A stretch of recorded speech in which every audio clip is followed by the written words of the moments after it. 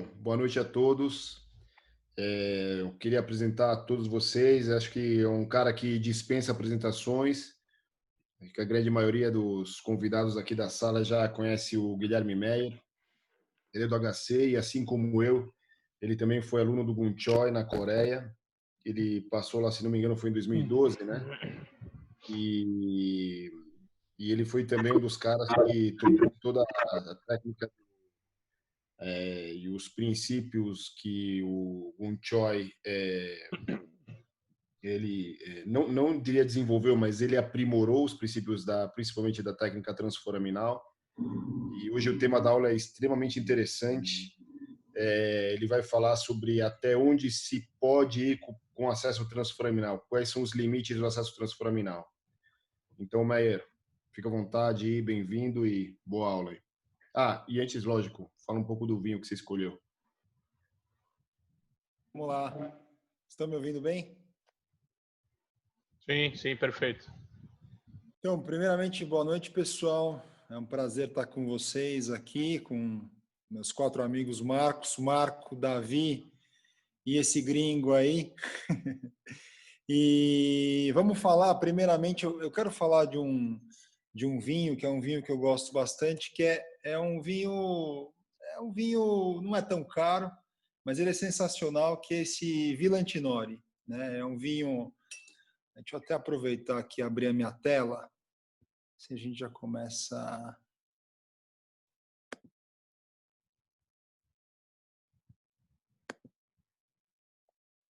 Vocês estão vendo a minha tela ou não?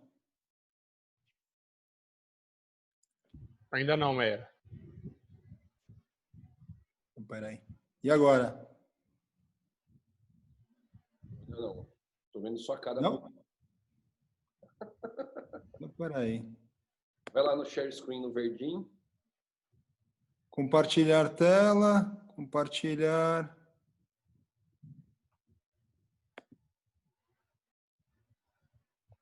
Compartilhar tela. Espera só um pouquinho.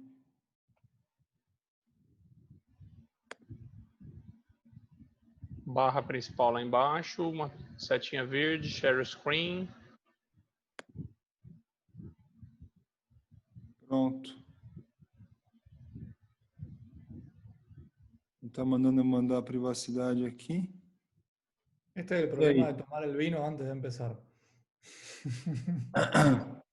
E agora? Tá, não? Não. E eu te coloquei como co-anfitrião, viu, Meyer? Então, você tá liberado. Agora foi. Aí, show. Demora às vezes, dá um delay. Ahí está, perfecto.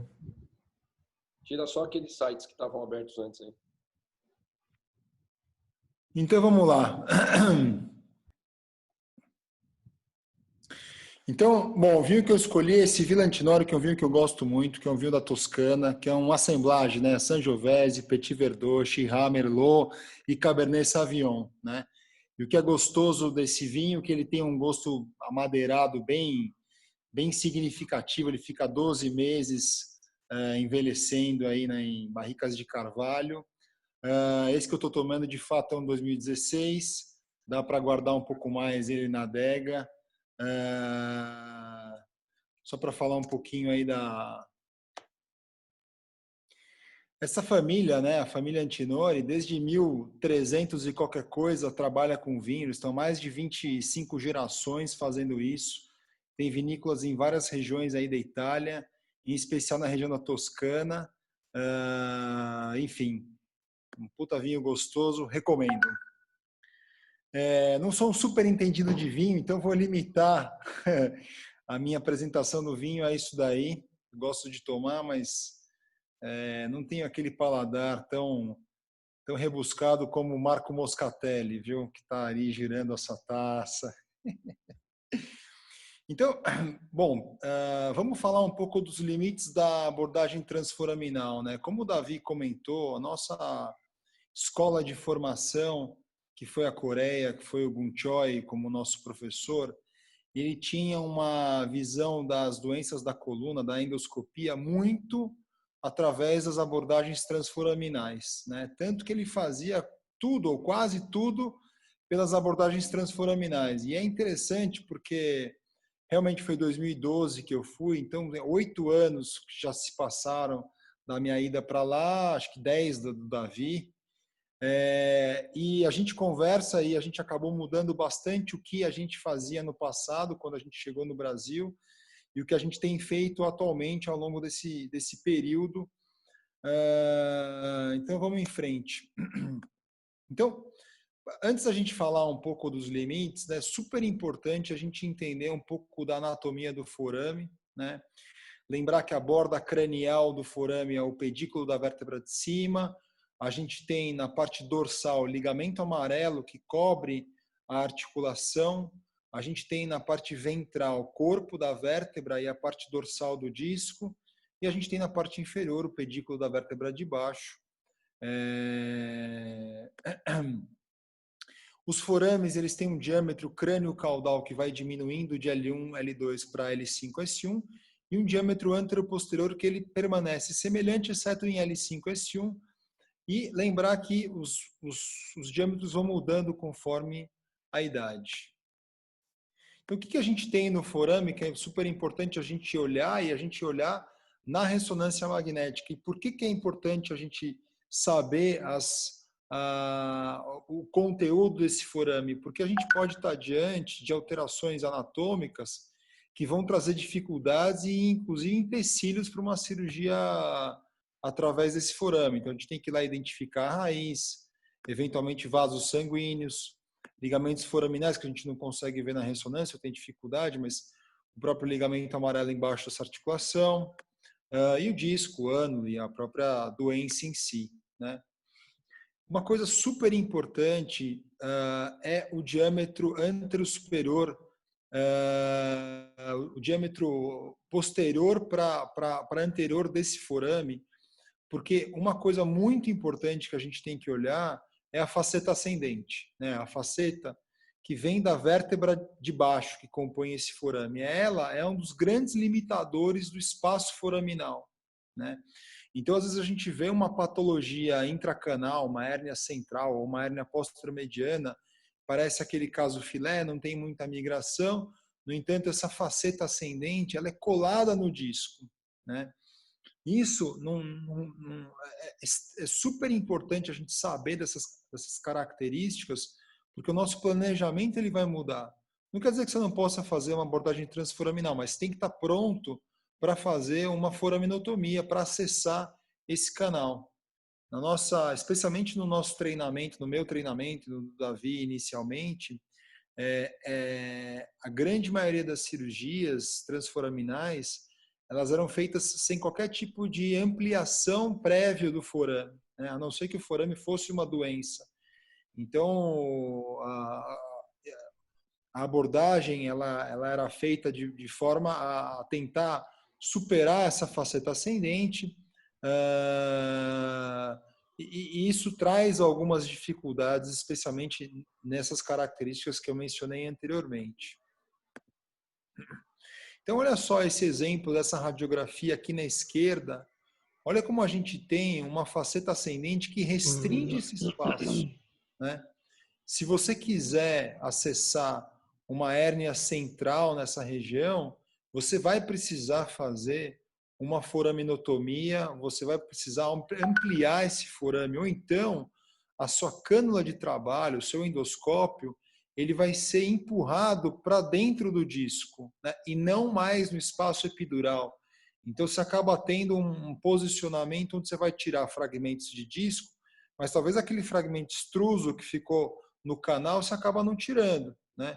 E aqui no lado direito a gente tem um exemplo de um forame extremamente largo, né? Um pedículo longo, uma faceta ascendente aqui super posteriorizada em relação ao disco.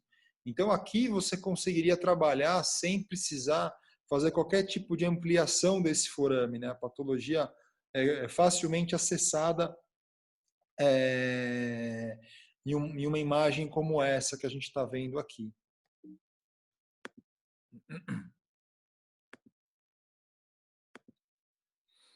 Então, eu mencionei também em relação ao jovem versus o idoso, né? O idoso, como ele vai tendo um colapso do disco, especialmente esse é o motivo, você vai tendo uma redução desse forame, ele vai ficando mais estreito.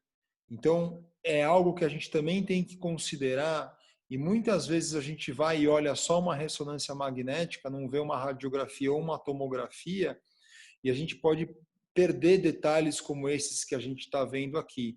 Novamente, não é uma contraindicação absoluta, mas tem que ter um preparo. Você tem que ter um drill, você tem que preparar esse forame antes de você avançar para dentro do canal. Senão você vai colocar o seu endoscópio numa posição inadequada e vai fazer uma descompressão também inadequada.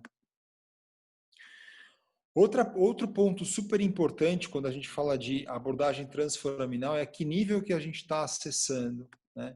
Quando a gente fala da coluna lombar mais alta, né, o espaço, quando a gente olha numa imagem de frente da coluna, né, o espaço entre as pars, ele é um espaço mais estreito.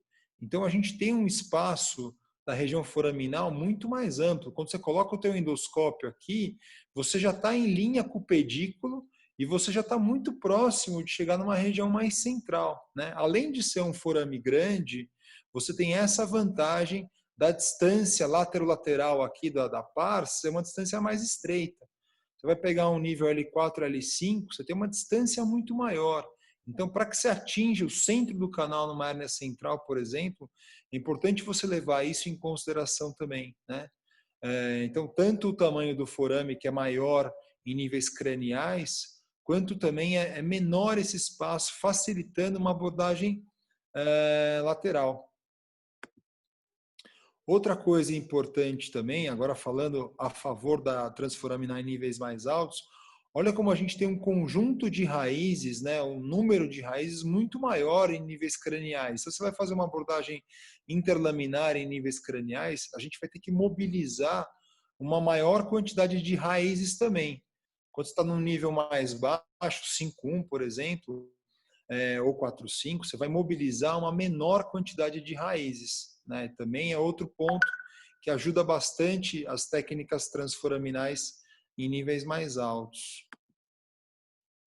Então aqui a gente vê o detalhe do forame. Olha um forame mais alto, por exemplo, um forame 2.3, 1.2, 2.3, como eles são bem grandes. Aí você vê nessa região posterior, aqui você não está vendo o teto desse forame, porque ele é mais medial, o teto desse forame, né? Tem bastante espaço aqui e aqui. E o forame 4.5 você já começa a ver maiores restrições.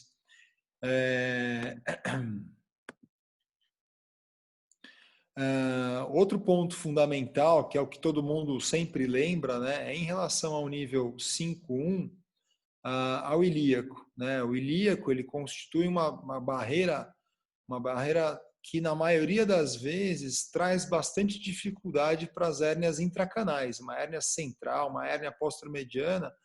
Na grande maioria das vezes o ilíaco torna essa cirurgia tecnicamente mais demandante. De novo, não é um empecilho em algumas situações ele é de fato um empecilho, mas muitas vezes a gente consegue driblar esse ilíaco, ampliar o forame, eventualmente as mulheres que têm uma bacia mais larga, você vê na radiografia em perfil, a crista ilíaca fica na altura do pedículo de L5, então é uma bacia favorável, você pode fazer uma transforaminal.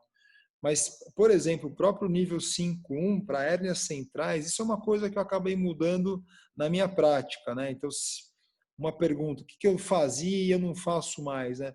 As hérnias intracanais no nível 5.1, praticamente eu não faço mais abordagens transforaminais, eu acabo fazendo todas as minhas abordagens interlaminares no nível 5.1.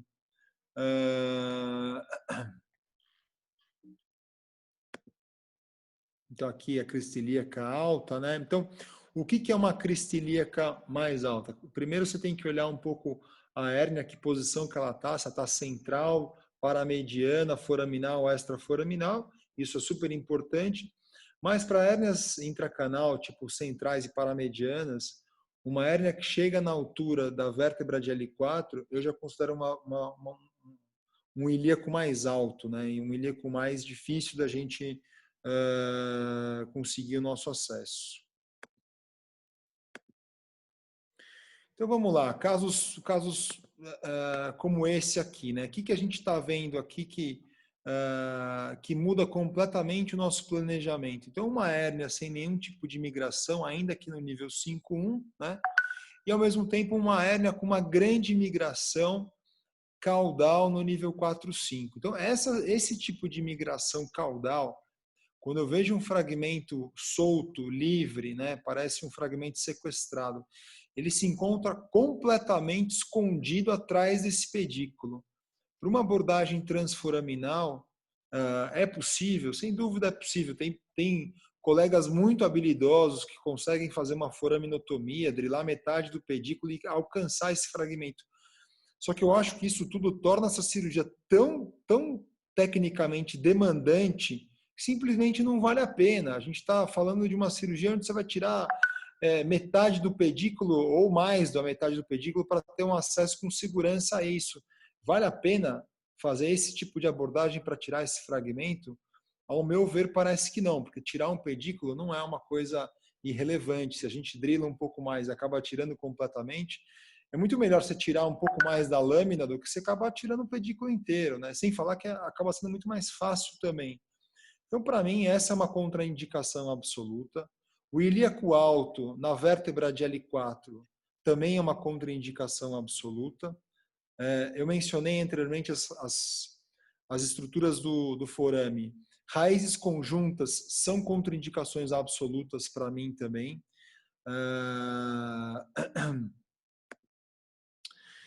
O nosso chefe, o Gun Choi, ele tem um trabalho onde ele graduou as migrações em alto grau e baixo grau.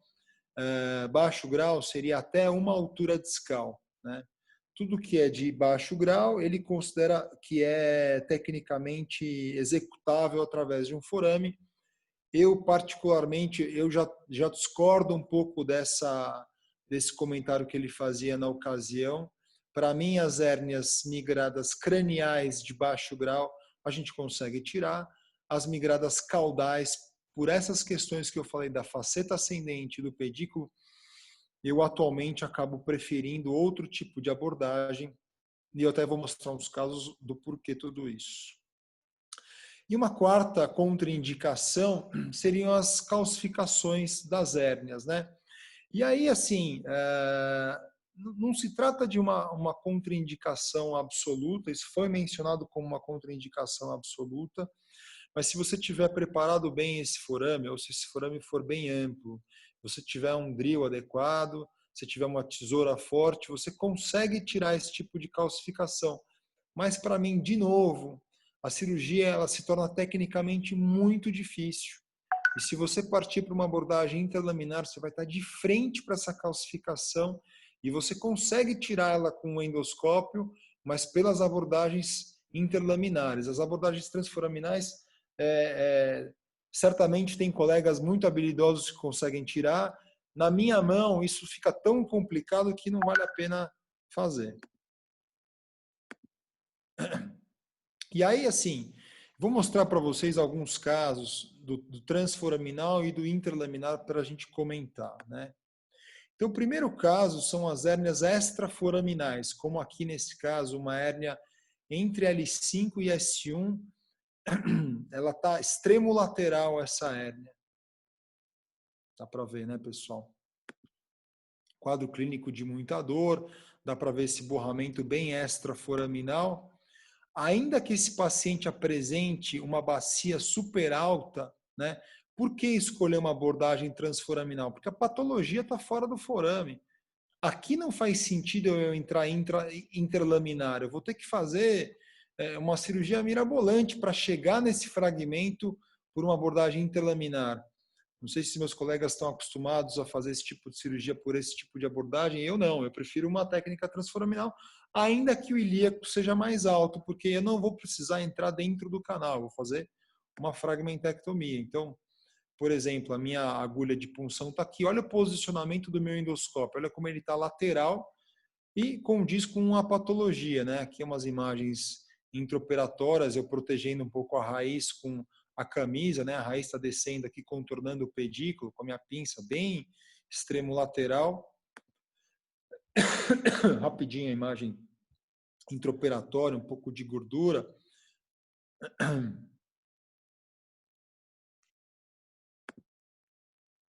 Aqui a gente já vê o fragmento sendo retirado.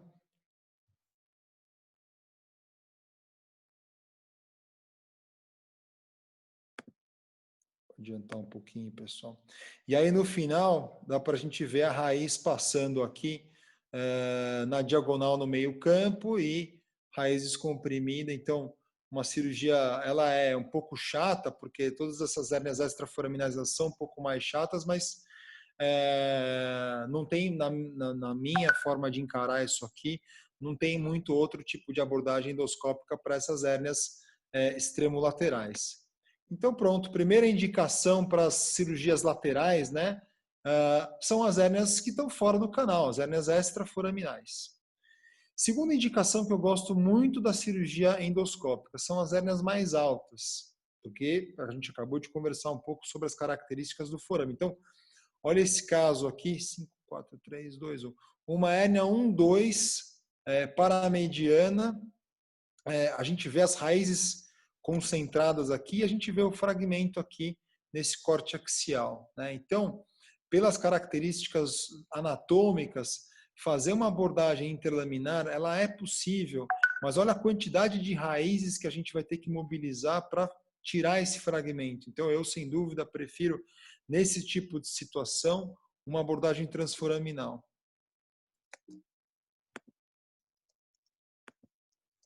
Aqui as raízes nessa imagem aqui.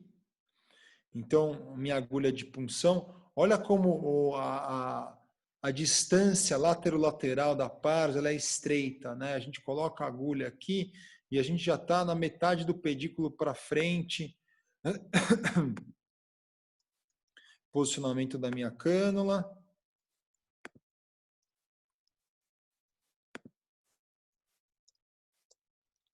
Então, nessa imagem aqui, eu vejo um pouco de ânulo posterior. Eu estou vendo o dorsal aqui, um pouco aquelas fibras aqui do ligamento longitudinal posterior.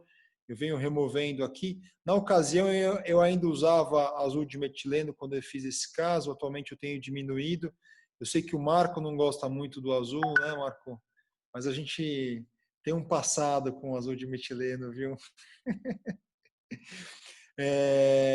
Então, vamos gradualmente tirando os fragmentos de disco. Aqui ainda tem um fragmentão grande, mas eu coloco o meu bipolar aqui e avanço para saber que eu estou no espaço epidural. E a gente vai tirando isso daí até completar a descompressão. Aqui eu tenho um pouquinho do platô, eu estou um pouquinho dentro do espaço discal, um pouquinho fora aqui.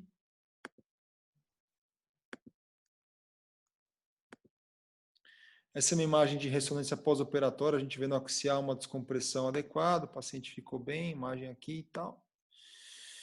Enfim, aí vamos para aqueles casos que a gente começa já a bater um pouco na trave. Então, os dois primeiros casos seriam casos onde eu sem dúvida, eu prefiro a transforaminal. Aqui é aquela tipo de hérnia que ela tá vindo do canal e entrando no forame, né? Então, ela tem um componente mais no canal, tem um componente no forame. Estamos vendo essa imagem de tomografia, uma radiografia com um ilíaco que não é tão alto assim. Eu acabei optando por uma abordagem transforaminal, porque, na minha opinião, a patologia ela era mais foraminal do que intracanal, apesar de ter um componente ali na entrada do forame. Posicionamento inicial da minha cânula, né? Então, a imagem inicial, aqui a gente vê um pouquinho da gordura epidural, né, no centro.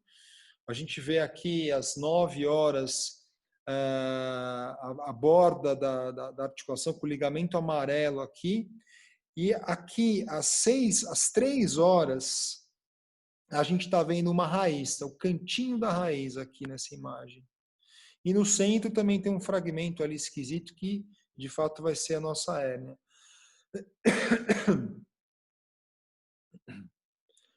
Então, removendo um pouco, fazendo uma limpeza um pouco do forame.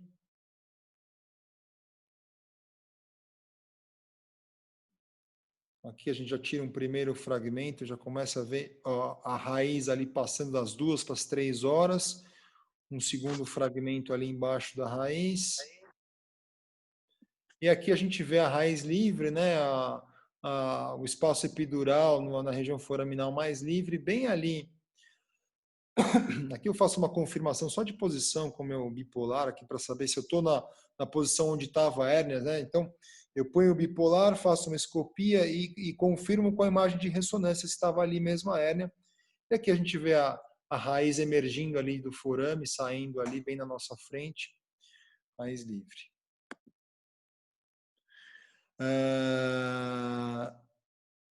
Quarto caso, né? Então, hérnias centrais, olha que interessante essa hérnia, como as raízes fazem como se fosse uma lua em volta do fragmento de disco, né? É aquela situação que numa cirurgia aberta, ou mesmo numa cirurgia endoscópica, ou seja, por uma via interlaminar, a gente acaba tendo muita dificuldade em afastar esse conjunto de raízes, né? A gente tem que fazer uma abordagem bem para o recesso, limpar esse recesso para conseguir luxar essas raízes para medial e ter acesso a esse fragmento. Então, apesar de uma hérnia bem central, no nível 3, 4, onde o forame ele é legal, aqui uma imagem do início da cirurgia, um pouco de sangramento epidural. Se tem alguma coisa boa assim. Remoção dos fragmentos, aqui a gente já vê a raiz passando ali, aqui é uma imagem olhando um pouco de baixo para cima, porque o fragmento ele ia um pouco para cranial.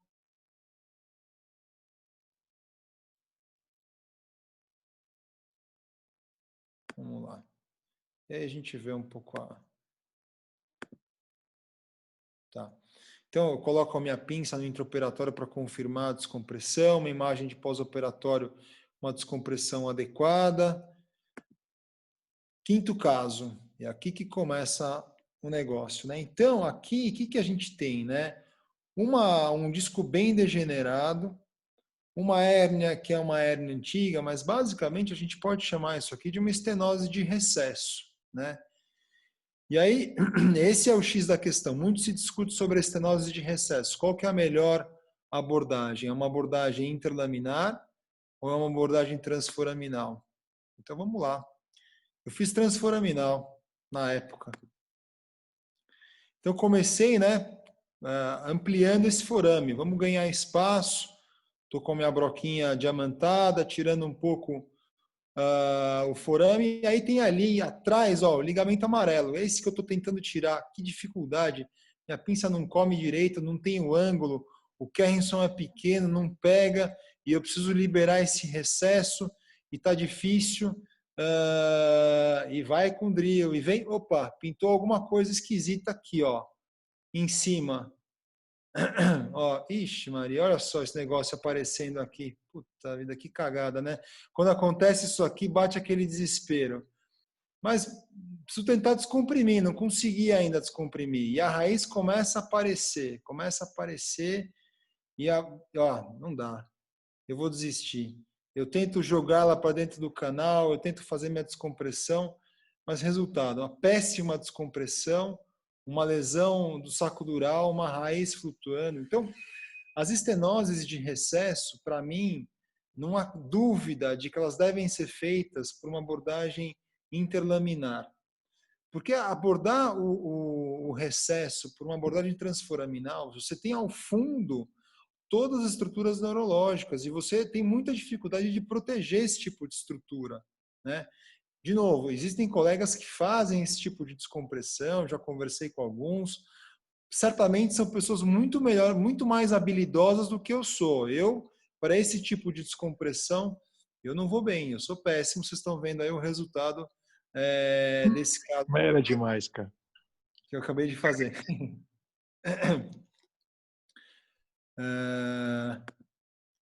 Então, descompressão de recesso, para mim, não é uma contraindicação.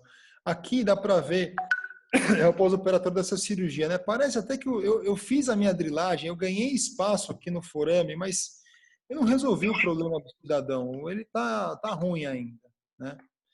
E aqui é o sexto caso, e aqui é a minha mudança, uma mudança super importante que eu comentei, né? Para o Gung Choi, as hérnias de migração de baixo grau, elas podem ser retiradas por uma via transforaminal. Mas esses foram, na minha vida, os meus piores casos, onde eu não tinha um drill, onde eu tirava o fragmento que estava na altura do disco, mas sempre ficava aquele desgraçado daquele fragmento atrás com uma leve migraçãozinha, aquele fragmento que você fala assim, putz, eu acho que dá. E no final você tira e você não sabe se você tirou ou não tirou, e o paciente não sabe se melhorou ou não melhorou. Aquele caso que você joga um corticoide, ele dá aquela melhorada, aí você repete a ressonância 3 meses depois, quando ele volta a reclamar, e você fala assim, ainda tem um fragmento. E aí você fala, não, foi uma recidiva, mas dentro de você, você sabe que você não fez um bom trabalho. Você fez uma descompressão incompleta, não foi uma recidiva, porque ele nunca melhorou de fato, né? E talvez essa seja uma crítica a nós mesmos, porque muitas vezes a gente fala para a gente, fala para o paciente, tudo bem que a gente precisa contar alguma coisa, né? Mas a gente às vezes se convence de que foi uma recidiva, mas não foi. O nosso trabalho não foi um bom trabalho. Então, para mim, migração caudal é igual a interlaminar, ou eu vou fazer uma baita foraminotomia, senão não vai ficar bom. Então, esse caso aqui, por exemplo, eu não tive dúvida. Eu falei, aqui eu não vou errar 2 vezes, eu não quero aquele troço flutuando. Então, eu usei um drill, eu cavoquei ali, eu abri um pouco a lâmina da vértebra, a lâmina superior de L5, e aí sim eu consegui entrar nesse canal e fazer a minha descompressão. Então, como mensagem, né, a gente ensina, a gente aprende e ensina a cirurgia constantemente, né? Primeira coisa, assim, a cirurgia ela tem que ser reprodutível. Tem um monte de cara que é extremamente habilidoso por aí e faz coisas incríveis, né? Estão vendo uma imagem aí de uma abordagem transilíaca para tirar uma hérnia. Cara, começa a ficar tão complexa essa cirurgia que não faz sentido essa cirurgia ser por vídeo, pô. Você tem que fazer uma transilíaca, desculpa, na minha coluna, faz aberta, faz uma microdissectomia. Eu não vou deixar alguém furar o ilíaco e ainda correr o risco de não ficar bom. E eu realmente acredito no seguinte, né? Às vezes a gente escuta também pessoas falando assim, tem que abandonar a cirurgia convencional, tem que fazer só cirurgia endoscópica. Eu, particularmente, acho que a gente tem uma caixa de ferramenta. Quanto mais ferramentas a gente tiver, mais arsenal a gente tem para proporcionar para esse paciente. Então, a cirurgia endoscópica ela é uma ferramenta. E é legal a gente tentar avançar nos limites dessa ferramenta, porque ela é uma ferramenta fantástica e a gente ainda está numa fase de avançar esses limites. Mas a gente tem que colocar sempre que a gente está tratando ali um cara que está com dor, que o principal de todo o evento não é a nossa cirurgia maravilhosa, aquele vídeo bonito, é o cara ficar bom, pô. É isso. Então, eu acho sim que a endoscopia é sensacional. A técnica transforaminal ela é muito boa, mas ela é uma ferramenta. Então, dentro desse arsenal, a gente tem que ter um pouco as duas coisas. Tem que ter a técnica transforaminal, tem que ter a técnica interlaminar. Então, a gente vai acabar exagerando numa ou na outra se a gente acabar não tendo as duas técnicas no nosso arsenal. E ainda assim, tem cirurgia que a gente tem que fazer aberta, botar parafuso e tudo mais, todo mundo sabe disso. Eu não vou entrar nesse tipo de detalhe. Pessoal, obrigado aí pela atenção. Acho que temos tempo aí para conversar um pouco sobre as dúvidas e discutir aí mais alguma coisa que vocês quiserem falar. Bom, Meyer, antes de tudo, parabéns pela tua aula, foi muito explicativo, acho que, acima de tudo, você conseguiu cumprir a missão do que a gente propôs aí, de falar até onde a gente pode chegar com acesso transforaminal. E, acima de tudo, a variedade de casos que você apresentou aí, todos os casos muito diferentes um do outro e que representa muito daquilo que é a nossa vida, que é a nossa rotina, a rotina do cirurgião de coluna. E é incrível, né? Você conseguiu demonstrar como a gente consegue, assim, todo mundo pensa, não, o colega só faz hernia de disco, mas na tua aula a gente pode ver quantos tipos diferentes de hernia de disco e cada tipo de hernia de disco tem um planejamento diferente, tem um leque de complicações diferente, tem um acessos diferentes, né? E lógico, agora que vai entrar a discussão a respeito da tua aula, a respeito do tema, a gente vai poder ver o ponto de vista dos outros colegas a respeito do que fariam em casos que nem os que você apresentou. Então, o primeiro ponto que eu queria colocar aqui, uma dúvida minha, e na verdade é das indicações, um dos motivos que me fez migrar do acesso transforaminal para o acesso interlaminar para as hérnias intracanal, é um caso que você mostrou, daquela hérnia extrusa bem central L3, L4, que você fez o acesso transforaminal, e você conseguiu descomprimir, você conseguiu pescar o fragmento extruso. Eu tenho dois casos de hérnias volumosas centrais que eu entrei pelo forame, eram hérnias moles, não eram calcificadas. Eu tinha a impressão que eu tinha tirado o fragmento inteiro, mas eu não tinha tirado. O paciente persistiu com dor e quando repetiu a ressonância tinha um buraco no meio da hérnia e o dorso da hérnia, na verdade a parte externa que estava dentro do canal, ficou lá. Eu não consegui tirar, não consegui remover. E a partir do momento que nesses mesmos casos, eu migrei para o acesso interlaminar, eu parei de ter esse tipo de complicação. Quer dizer, eu comecei a remover melhor todos os fragmentos, né? Eu consegui remover melhor todos os fragmentos, não, o fragmento principal, né? Que é o ponto da questão. Então, a minha primeira pergunta é essa daí. Já aconteceu com você isso daí, uma hérnia central volumosa, você optar pelo acesso transforaminal e ficar fragmento lá dentro? Inclusive tem um artigo do Kim que ele explica, ele mostrou que uma das contraindicações do acesso transforaminal são hérnias centrais volumosas, tá? E outro ponto, não, beleza, a hérnia migrada caudal, você tocou muito bem, eu estou totalmente de acordo com você. A minha segunda pergunta é: você tem usado a anestesia local e sedação para os acessos transforaminais ou você mudou para geral? Eram mais essas duas perguntas que eu queria fazer por enquanto. Eu mudei, já faz tempo, eu mudei tudo para geral, porque não é o que a gente viu na Coreia é o do coreano, né? A gente é brasileiro e os caras reclamam, fica ansioso.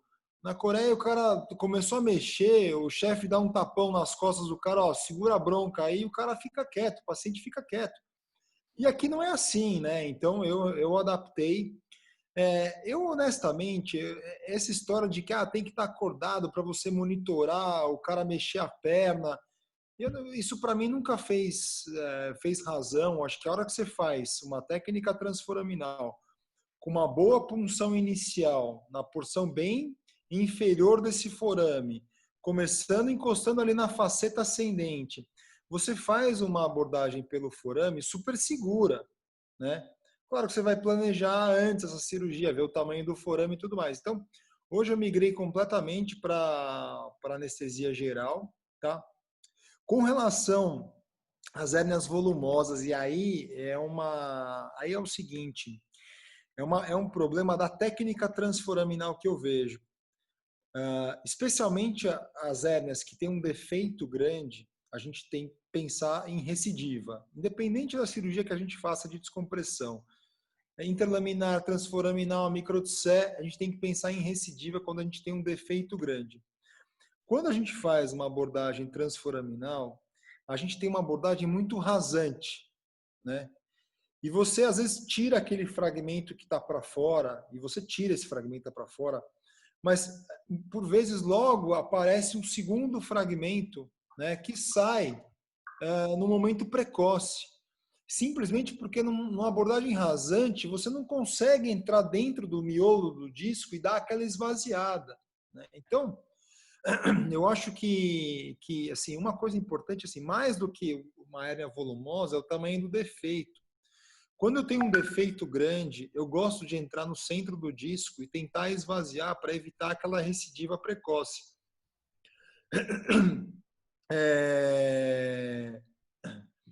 O caso que eu mostrei tinha a particularidade daquele fragmento ter, ele tá empurrando e todo o saco dural ele contorna. Então eu encarei aquilo como uma dificuldade para luxar aquilo lá, ter que drilar muito mais o recesso para ter espaço para luxar aquelas raízes que já é um nível 3, 4 e tal. Então eu acabei optando por uma abordagem transforaminal. Enfim, deu certo, foi bem e tal. Mas o ponto central para mim é o tamanho do defeito. Se eu já vejo aquele discão com um defeitão grande, eu tendo a ir mais interlaminar para tentar esvaziar um pouco mais esse centro do disco para evitar uma recidiva precoce. Legal. Muito bom. Serra, você tem alguma colocação a respeito da aula do Meyer? Tem alguma pergunta? Vamos lá, cara. Primeiro, parabenizar o Meyer pela aula, porque sempre que chama a gente para dar uma aula, né, eu acho que a primeira coisa que a gente tem que fazer é responder a pergunta da aula. E você foi muito preciso, foi claro, objetivo e respondeu a pergunta da aula. Então, te parabenizar de verdade, porque o que a gente mais vê é isso, né? Às vezes a gente chama o pessoal para dar aula e as pessoas ficam devaneando sobre algumas outras coisas e esquecem o tema central. Você fez uma aula objetiva, mostrando as tuas dificuldades, os teus sucessos. Isso é algo muito importante para o momento que a gente está vivendo. Parabéns de verdade. Você sabe que a gente te admira, a gente já conversou várias vezes, mas realmente a aula foi espetacular. Parabéns. Algumas considerações que eu acho legal falar. No caso, quando você estava mostrando os raios-x, você estava falando sobre o foramen, né? E eu acho que os níveis mais altos, a anatomia pede para a gente entrar transforaminal. E os níveis mais baixos, a anatomia pede para a gente entrar intralaminar. Mas eu tenho seguido quase que um mantra, sabe, Meyer? Eu tento responder 3 perguntas quando eu vou planejar minha cirurgia. Então eu tento responder primeiro, qual raiz que está doendo? A segunda pergunta, onde que está a compressão? E a terceira pergunta, qual o jeito mais fácil de descomprimir essa raiz? E aí sim é que eu vou usar de artifícios e de análises da ressonância do raio-x para definir minha via de acesso. Tu falou sobre a crista ilíaca alta. A gente está publicando um trabalho sobre a relação da abertura alar do sacro com o sacral slope. Porque isso é um dado, quanto mais congruente for essa relação, mais factível é para a gente chegar no centro do disco no espaço L5-S1. Então, por exemplo, assim, se você tem um sacral slope de 20 graus, tá? E uma abertura alar do sacro de 45, se você entrar no foramen, você bate no platô de S1 e você não consegue chegar no meio. Agora, se você tiver um sacral de 45 com uma abertura alar de 45, você consegue fazer o downhand e chegar nessas regiões mais mediais. Mas tal qual você e o Davi, e a gente ouve muito Moscatelli nisso, né? A gente tem migrado para o acesso interlaminar, principalmente nos níveis mais baixos. Aquele caso que você fez do transforaminal, daquele capuz, que tinha, acho que era o caso 4, que você mostrou aí. Eu também teria feito transforaminal, cara. Eu acho que é muito complicado a gente poder luxar essa raiz, como a técnica interlaminar preconiza, porque você vai manipular muito essas raízes, né? Mas a pergunta, né? Eu fiz umas considerações, eu queria saber de você. Para hérnias altas, e aí eu estou falando de L3, L4 para cima, o acesso transforaminal, independente da raiz que esteja doendo, ainda é a tua primeira escolha? E se sim, por quê? Por conta da anatomia? Então, para hérnias altas, você vê, quando você faz uma hérnia L4, L5, transforaminal, cara, teu endoscópio ele fica preso. Então, ou você faz uma punção muito precisa, ou você não vai conseguir descomprimir. Quando você faz uma hérnia L1, L2, L2, L3, seu endoscópio está solto. Ele está solto mesmo, ele está totalmente solto. Você tem ali um pouco de limitação do forame, mas você consegue navegar. A não ser que seja uma hérnia muito migrada, eu vou preferir uma abordagem transforaminal. A tua colocação foi perfeita. A anatomia pede para você entrar transforaminal em cima e a anatomia pede para você entrar interlaminar embaixo. E basicamente é isso. E isso não foi a minha formação, né? A nossa formação era muito de transforaminal. Os caras faziam transforaminal em L5, S1, no centro do canal, Sacra Slope. Cara, aquele puta caso, e os caras faziam, né? A gente mudou, eu mudei. Eu sei que o Davi mudou também. A gente vê o pessoal operando na Alemanha, vê um pouco mais uma endoscopia mais moderna, talvez, onde a gente mistura um pouco mais as técnicas e a gente acaba fazendo um pouco mais de interlaminar, né? Até somado às outras patologias que a gente tem que fazer interlaminar, o nosso treinamento de interlaminar vai melhorando e a gente vai ficando cada vez mais confiante. Então, descompressão, cisto e outras coisas que a gente faz interlaminar. Então, a gente vai ganhando um traquejo cada vez maior com interlaminar, enfim, uma confiança para fazer, às vezes, outras coisas. Então, basicamente é dessa forma que eu penso. E acesso combinado, Meir? Tu já fez algum caso? Eu tive um caso muito parecido com esse teu do capuz, que o paciente tinha caldequina. E aí o que eu acabei fazendo? Eu entrei transforaminal, esvaziei, tirei bastante disco por baixo, e aí eu entrei interlaminado. No mesmo paciente, eu fiz os 2 acessos.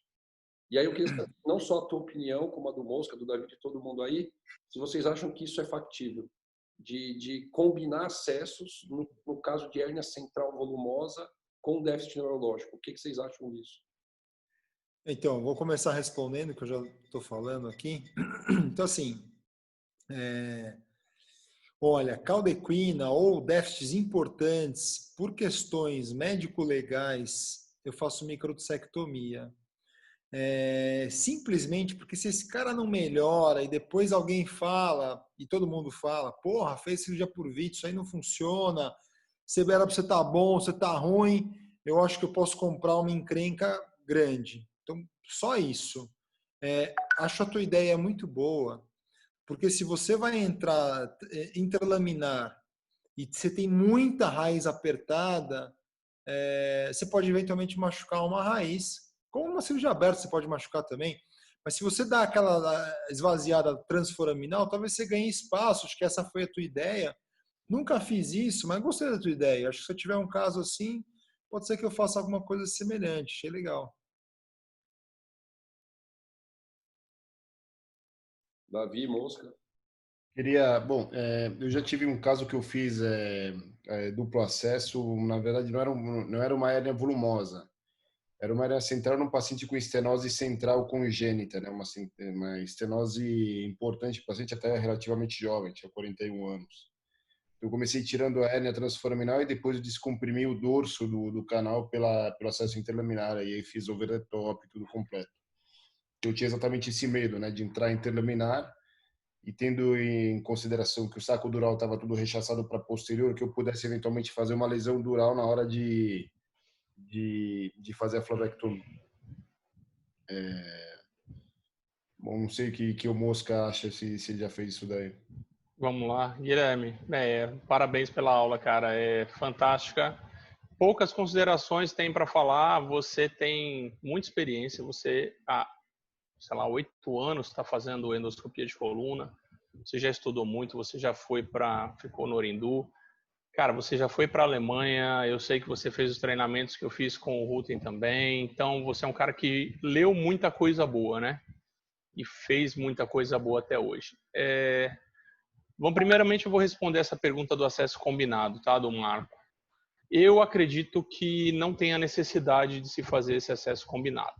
Tá? Primeiro, o Davi, eu não sei se você, quando fez esse acesso combinado, você acabou de falar que estava com um pouco de receio, medo, se foi bem precoce no começo, mas eu acredito que se for uma estenose central, se eu pensar só em estenose central, bulging discal, hipertrofia de faceta, hipertrofia de ligamento amarelo, 100% dos casos você consegue resolver interlaminar. Tá, Marco, mas no meu caso tem uma estenose foraminal e uma estenose de canal. qual é a patologia? Essa é uma das perguntas que o Marco sempre faz. Qual é a patologia que está doendo? É a raiz emergente ou é a claudicação? Então, você tem que trabalhar muito nesse ponto do seu paciente. Eu nunca precisei fazer, nunca tive casos esdrúxulos que necessitassem talvez essa abordagem. Não vejo onde caberia num paciente meu, mas não critico. Eu acredito que se alguém fez e ficou muito bom, como o Marcos Serra já fez, o Davi fez, tem sua função. Eu acredito, como eu já falei uma vez, acho que até para o Davi, se tem uma estenose foraminal ipsilateral, mais uma estenose de canal, e eu quero ressecar isso, muitas vezes eu entrando mais medial interlaminar, eu consigo fazer minha mão contralateral e descomprimir esse forame, não tão bem quanto um transforaminal, mas eu consigo aliviar muito dessa estenose foraminal. Mas, cara, o seguinte, Meyer, eu achei fantástico as suas colocações. Eu acho que você trouxe as respostas que precisava. Primeira coisa que você citou, Moscatelli, você vai me crucificar quanto ao azul de metileno. Na realidade, não é crucificar. Nós percebemos que com a evolução e com a mão que você adquire, você passa a não precisar de diferenciadores. Você não precisa mais saber onde é o disco, porque você sabe onde está o disco. Você sabe onde está a raiz. Você mostrou aquele acesso transforaminal L5-S1. Está muito bem feito, por sinal, em que você conseguiu ver a axila de S1, tinha azul de metileno, mas que no final da história o fragmento não estava corado. Tá um e pouquinho. aí? Não, a parte interna estava, mas o extraforaminal não estava. É sempre assim. Isso. Então que em tese o que ele te ajudaria numa hernia extraforaminal? Muito pouco, porque você conseguiu ver o fragmento antes de ver o azul, né? Então, ponto. Eu acredito que a anatomia ela é predominante. Se corar a sua raiz, você nunca puxaria a raiz, porque você vai conseguir saber que essa raiz é uma raiz, certo? Então, talvez você não precise desse azul de metileno. Não critico quem usa, já criticando, né? Um caso que teve essa semana, não vou dizer quem foi o amigo que pegou e nem adianta. Ele pegou um caso de um paciente que fez uma hérnia de disco transforaminal com azul de metileno por um outro colega. 2 anos depois, ele teve que reabordar esse paciente e o azul de metileno estava todo lá. Ele viu todo o azul de metileno, o disco continuava corado, não teve reabsorção, não teve nada, o disco todo corado. Então, até que ponto o azul de metileno ele é inócuo? Tem trabalhos do professor Elton mostrando que a discografia não causa prejuízo, talvez. Muitos mostrando também que o azul não causa prejuízo, mas será que ele não causa? Se uma estrutura discal capta esse contraste, será que realmente ele não causa nenhum dano? Eu acredito que faltam trabalhos mostrando mais isso. Vamos lá, outra coisa que eu queria falar para você. A sua descompressão de hérnia extraforaminal, você usa o acesso lateral sempre ou você usa o posterolateral? Quando você usa um e quando você usa o outro? Essa é uma boa pergunta, né, para os acessos. Assim, eu também dei uma mudada nisso daí, viu? Inicialmente, eu usava um acesso posterolateral e fazia semelhante ao Lubers, e semelhante ao que eu aprendi também na Coreia. Eu entrava um pouco mais dentro do disco, esvaziava um pouco o interior do disco, recuava meu endoscópio para uma parte extradiscal, aí ia navegando com esse endoscópio, porque essa hérnia foraminal, né, ela sempre migra para cranial, né? Então você tem que sair com aquele endoscópio e ir para cranial buscar esse fragmento, né? E aí eu fui mudando, porque eu percebia que depois da minha cirurgia, eu tinha 2 defeitos no disco. Um defeito da hérnia e o defeito que eu criei para um acesso que eu percebi que não precisava, né? Então, eu atualmente, já faz algum tempo, mas nos últimos, 2 anos, eu tenho a tendência a entrar um pouco mais lateral, como se eu fosse fazer uma hérnia intracanal, colocar o meu endoscópio em cima do ânulo ali eventualmente começar na faceta, começar às vezes no pedículo, dependendo do caso. Se for um forame grande, não, já começa em cima do disco, mas sem lesar esse disco, né? Coloco aquele dilatador e já vou navegando para cranial para ir buscar esse fragmento, né? Outra coisa que eu percebi é o seguinte: quando eu faço um acesso mais lateral, eu tenho uma desvantagem de eu não conseguir entrar dentro do disco se eu quiser esvaziar um pouco esse disco, mas eu tenho uma vantagem de manipular um pouco menos a raiz. Quando eu entro posterolateral, às vezes eu acabo empurrando mais essa raiz para cranial, para afastá-la e para tirar o fragmento, como eu estou num ângulo muito agudo, né? Então eu acabo jogando e dependendo da anatomia, esse paciente ele pode reclamar depois de um pouco mais de dor pelo fato de eu manipular esse gânglio e comprimir ele contra o pedículo nessa manipulação. Quando eu entro mais lateral, na verdade assim, eu acabo afastando, é mais difícil afastar a raiz, você vai embaixo dela, você abre o teu love embaixo da raiz e puxa aquele fragmento, você consegue tirar e dá para você abrir, checar e dá para você ter certeza de que você tirou tudo. Então eu venho mudando um pouco esse tipo de abordagem. Ótimo. Eu queria fazer mais umas 2 perguntas antes que vocês falem, tá? Os caras da transforaminal aí, eu sou só o cara da interlaminar, como o Marco Serra fala. Eu queria falar uma coisa para você. Eu tenho mudado, eu tenho feito, na realidade, eu comecei antes fazendo transforaminal, igual todo mundo faz. Enfia o dilatador dentro do disco e acha depois o ligamento e você vai fazendo a sua descompressão. Só que eu percebia que eu tinha muita desestesia. Aí eu via o Marcos falando, eu tenho menos, aí o outro falava, eu tenho menos, eu falava, cara, na boa, realmente eu não sei fazer transforaminal. E quando eu fui perceber, cara, você causava vários danos. Um é o seu dilatador comprimindo a raiz e o grande defeito que você causava enfiando o dilatador de 5 milímetros dentro de um lugar que já tinha uma ruptura discal. Então, aquela hérnia sua mediana com cauda equina, hoje, 100% dos meus casos de cauda equina eu faço por vídeo. Tá? Legalmente você está respaldado, tem os trabalhos mostrando, o Ruten publicou trabalho, o coreano publicou trabalho, mostrando que é factível. Tem acho que mais ou menos uns 15 casos de cauda equina feita por endoscopia.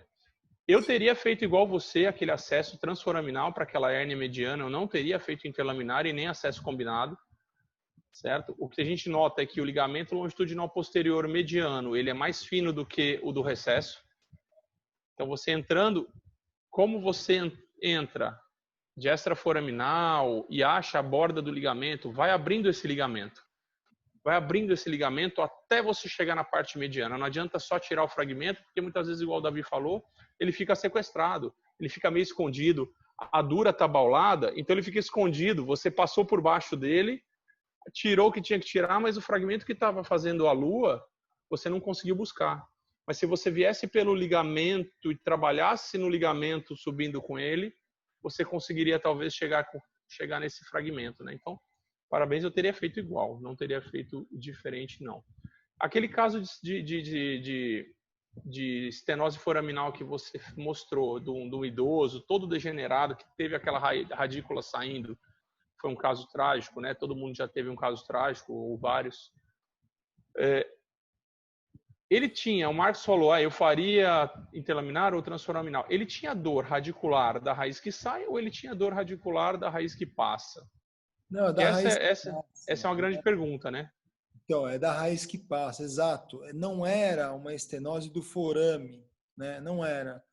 Ele tinha estenose do forame, né? Mas o caso, a dor não era do forame. Não era do forame, era da raiz transeunte. Então, esse caso para mim, que já faz um tempo para mim, ele tem uma série de erros. Eu gosto desse caso porque ele me ensinou muita coisa, esse caso. Eu aprendi muito com ele. Primeira coisa que eu aprendi é que uma boa descompressão do recesso, você não faz pelo forame. Tem gente que fala que faz, mas eu não consigo, eu não faço. Eu faço pela janela interlaminar, porque para começar o recesso, ele não é só no espaço do disco. O recesso ele vai mais para baixo, ele vai mais para cima. toda aquela área tem que estar livre. Se tirar essa área, deixar essa área livre, pelo forame, se você fizer uma baita descompressão, você vai deixar um trilho bom, vai para cá e para cá, não vai estar bom, né? Segundo, quando você começa com um drill nessa direção do forame, você tem atrás de você tudo que importa, que são as raízes. E quando você entra interlaminar, você drila primeiro ali a faceta descendente, você acha a faceta ascendente, você começa a drilar, depois você começa a soltar ali. Então, você tem a segurança de uma cirurgia aberta na interlaminar, né? Então, não tem porquê, na minha opinião, fazer um recesso por uma via transforaminal. É você inventar complicação para uma coisa que não é complexa, né? Mas é isso, não era o forame. Então, eu acho que eu indiquei mal uma abordagem transforaminal, porque na ocasião é o que eu tinha mais segurança, não tinha tanta segurança como acabo tendo hoje para fazer o uso do drill e tudo mais. Achei que tinha ali mais coisa discal que pudesse estar na patologia. Também tinha, mas também era uma doença que era mais fácil de ser acessada por posterior e não por lateral. Então, é um conjunto de erros ali, o resultado vocês viram aí, né? Perfeito, perfeito. Eu queria dizer que eu sou muito, muito feliz por ouvir vocês falando e ver que o acesso interlaminar, que há 5 anos atrás, 6 anos atrás, 7 anos atrás, pouco era tão falado, e hoje a gente percebe que, não sei se com certeza eu tive um pouco dessa participação de estar empurrando o acesso interlaminar para muita gente, e ver Marcos mudando muito. Davi já aprendeu o acesso antes que eu, ou junto. Você, todo mundo que tem feito muito mais. Falar, eu migrei da transforaminal para interlaminar, cara. Isso me deixa muito feliz, porque nós não somos um acesso, nós somos um cirurgião que precisa fazer tudo. Entendeu? O cara que tem que fazer torácico, o cara tem que fazer lombar, tem que fazer transforaminal. Se não sabe, ok, faz o que sabe. Mas as vias de acesso estão aí. Não é tudo que dá para fazer interlaminar e não é tudo que dá para fazer transforaminal. Eu acho que tudo tem a sua ponderação. O Marcos Serra descomprime um recesso por transforaminal, cara, brilhante. Eu não consigo fazer a cirurgia dele transforaminal para descomprimir esse recesso, talvez, da maneira que ele faz. Pediculectomia, retirando mais, retirando o ligamento amarelo. Mas o que você falou de descompressão de recesso lateral, que o ligamento vai para cima e o ligamento vai para baixo, e é muito difícil você ter 100% de certeza que você retirou esse ligamento amarelo, cara, é uma das maiores verdades. Porque quem faz o over the top, ou quem faz uma descompressão interlaminar, quando você está drilando a lâmina de cima, você percebe que você drila, sei lá, 3, 4, 5 milímetros para chegar no final desse amarelo. Entendeu? Você não consegue tirar 100% do amarelo transforaminal. Quem falar para mim que consegue, cara, tem que me provar muito, porque não consegue. E só esse negócio de, eu vi o floating, eu vi a raiz pulando, o saco dural pulando, esse é o floating, tá descomprimido. Meu amigo, o que eu já peguei de recidiva com floating, mostrando em videozinho, e quando você vai lá ver o reop, tá lá a hérnia discal, tá lá o fragmento, tá lá o restinho, é simples e é fácil. Eu operei um nosso amigo, Henrico, recentemente. Cara, a hérnia dele estava migrada um nível para baixo. Se tivesse entrado alguém transforaminal e tirado um pedaço, teria ficado o resto na raiz lá de baixo, porque ele estaria fazendo float na raiz, mas o problema da hérnia dele estava migrada. Então, o floating, para mim, não serve de nada. Ele ajuda, mas ele não é preditivo de dizer que está descomprimido. Parabéns, obrigado pela aula, Mer. Obrigado por ter entrado no nosso grupo. Você era um cara que estava faltando. E queria mandar um abraço também pro Thiago Coutinho, nosso amigo, nosso brother que está aqui vendo a nosso webinar aí. Valeu. Muito bom, mas espera aí, Marcão, você está se despedindo aí, Mosca? Não, porque agora eu vou tomar vinho, cara. Eu queria chamar agora o Facundo aqui. O Meyer falou sobre que para níveis craniais o acesso transforaminal para ele é o ideal. Queria saber se o Facundo compartilha essa opinião, se para as hérnias L3, L4, L2, L3 ele também faz o acesso transforaminal, ou se ele utiliza o acesso interlaminar e quais são os motivos. Facundo, bem-vindo à discussão. Gracias, David. Y la verdad, gracias, Meyer, por la excelente presentación. Para mí es un placer no solo formar parte de este grupo, sino también asistir como oyente a estas presentaciones que cubren todas las expectativas. Y además responden de manera muy honesta a una colección de preguntas que la gente tiene y que se hacen desde la experiencia, pero también desde el compañerismo, ¿no? Porque me parece que lo que tuvo de bueno tu presentación es que respondiste con total honestidad y sobre todo mostrando la inmensa planificación que tienen tus cirugías y las cirugías endoscópicas en general. La cantidad de factores que consideramos y la cantidad de cosas que miramos antes de decidir un abordaje u otro, y los parámetros que tomamos y las discusiones incluso internas y externas que se toman antes de decidir un abordaje, es todo lo que vos expusiste en la presentación. Y eso me parece que es increíble. Yo creo que si hay una diferencia entre la cirugía convencional o la microdisectomía y la cirugía endoscópica, es que hay una inmensa cantidad de planificación antes de ponerle una aguja encima al paciente. Son horas y horas y horas y charlas y debates sobre qué vamos a hacer después, antes de siquiera ponerle un dedo encima al paciente. Así que la verdad que me encantó tu presentación. Relativo a lo que preguntaba David recién sobre las hernias en niveles altos, creo que un poco también tiene que ver con lo que vos planteabas antes, es tomar elegir lo que es menos complejo, que la cirugía no sea una demostración de destreza del cirujano. Es decir, que no sea una cuestión de decir, mirá lo que yo puedo hacer por vía transforaminal o lo que puedo hacer por vía interlaminar, sino todo lo contrario. Cuanto menos destreza uno tenga que poner, cuanto menos en juego tenga que poner su habilidad, al paciente le va a ir mejor. O sea, cuanto más en la zona de confort quirúrgica nosotros estemos en ese paciente en particular, va a ser mejor para el paciente. Obviamente hay pacientes que tenemos que irnos un poco de nuestra zona de confort para poder solucionar la patología, pero no tiene sentido si lo podemos hacer bien por un abordaje más anatómico. Y creo que en los niveles altos es como decías vos, Meyer, el abordaje transforaminal tiene un montón de ventajas y prácticamente ninguna desventaja.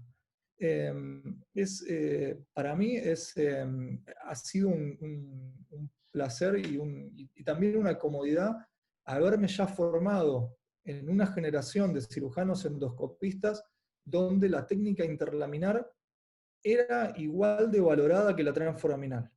Cuando yo empecé a hacer endoscopía, aprendí de David, la gran mayoría de las cosas las aprendí de David, y no tuve no tuve un profesor, un maestro que fuera dogmático y obsesivo con un abordaje, que me dijera, bueno, todo transforaminal, o todo interlaminar, sino que ya aprendí de alguien que balanceaba las dos técnicas y que las elegía en beneficio del paciente. Entonces, para mí no es una técnica, un acceso mejor que el otro, sino hay pacientes y hay patologías que tienen un abordaje en el cual a mí particularmente me resulta más fácil hacerlo por esa vía.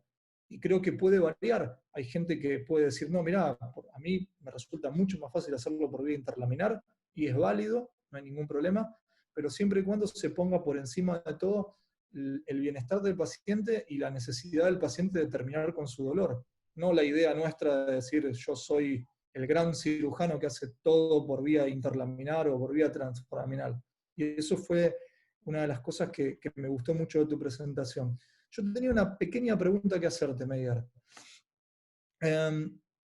Y la respondiste un poquito. ¿En qué casos, porque hablamos mucho de en qué casos transforaminal o en qué casos interlaminar, pero en qué casos elegís microdisectomía? Ya me dijiste que por unas cuestiones legales y demás, cuando hay caudequina y extrusiones muy grandes, elegirías ir por microdisectomía. Pero me imagino que a medida que uno va ganando confianza y experticia en endoscopía, va bajando la cantidad de casos que elige hacerlo por microdisectomía.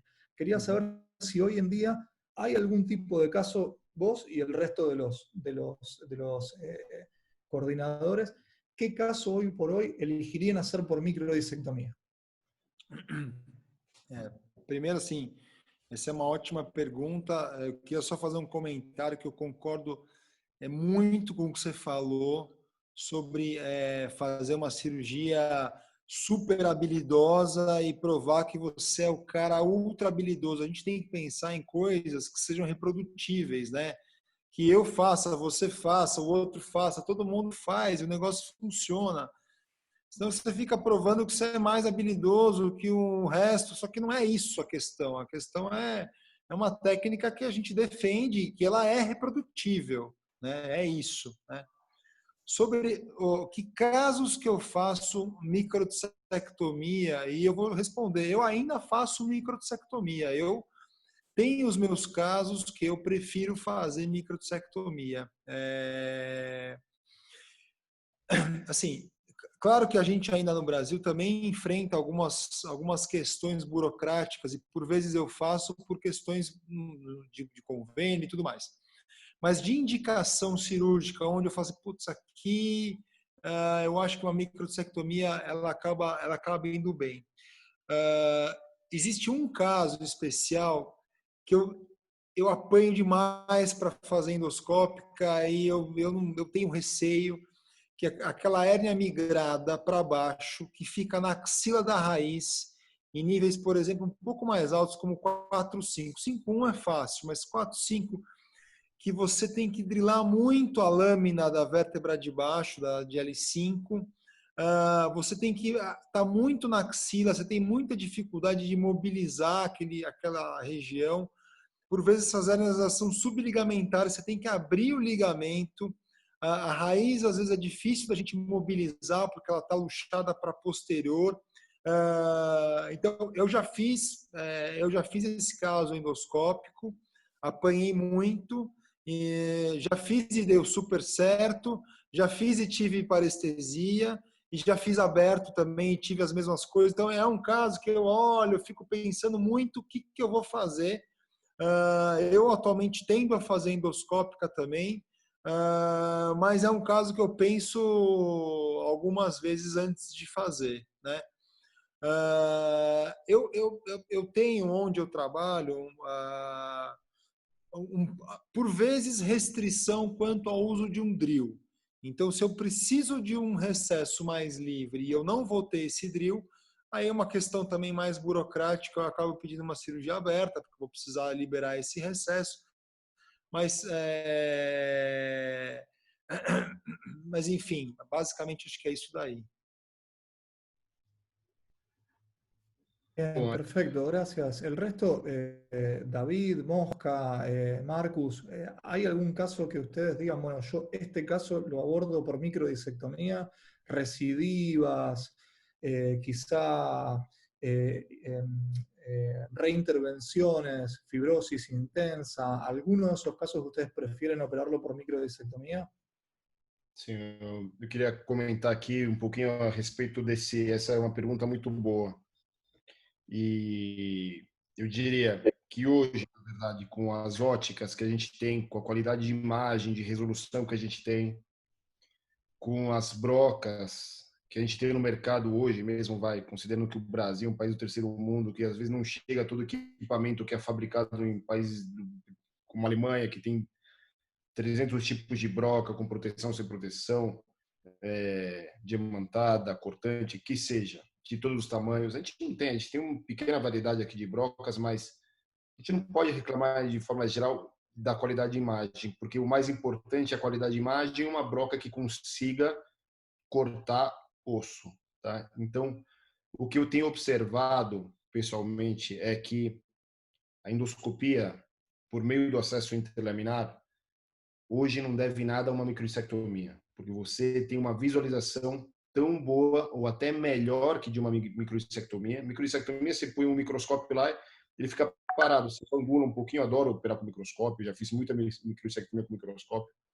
É uma ferramenta maravilhosa, mas o fato de você ter um fluxo de soro durante a cirurgia, você tem uma cirurgia limpa, você tem uma você controla um pouco melhor o sangramento, você tem uma qualidade de visualização muito boa.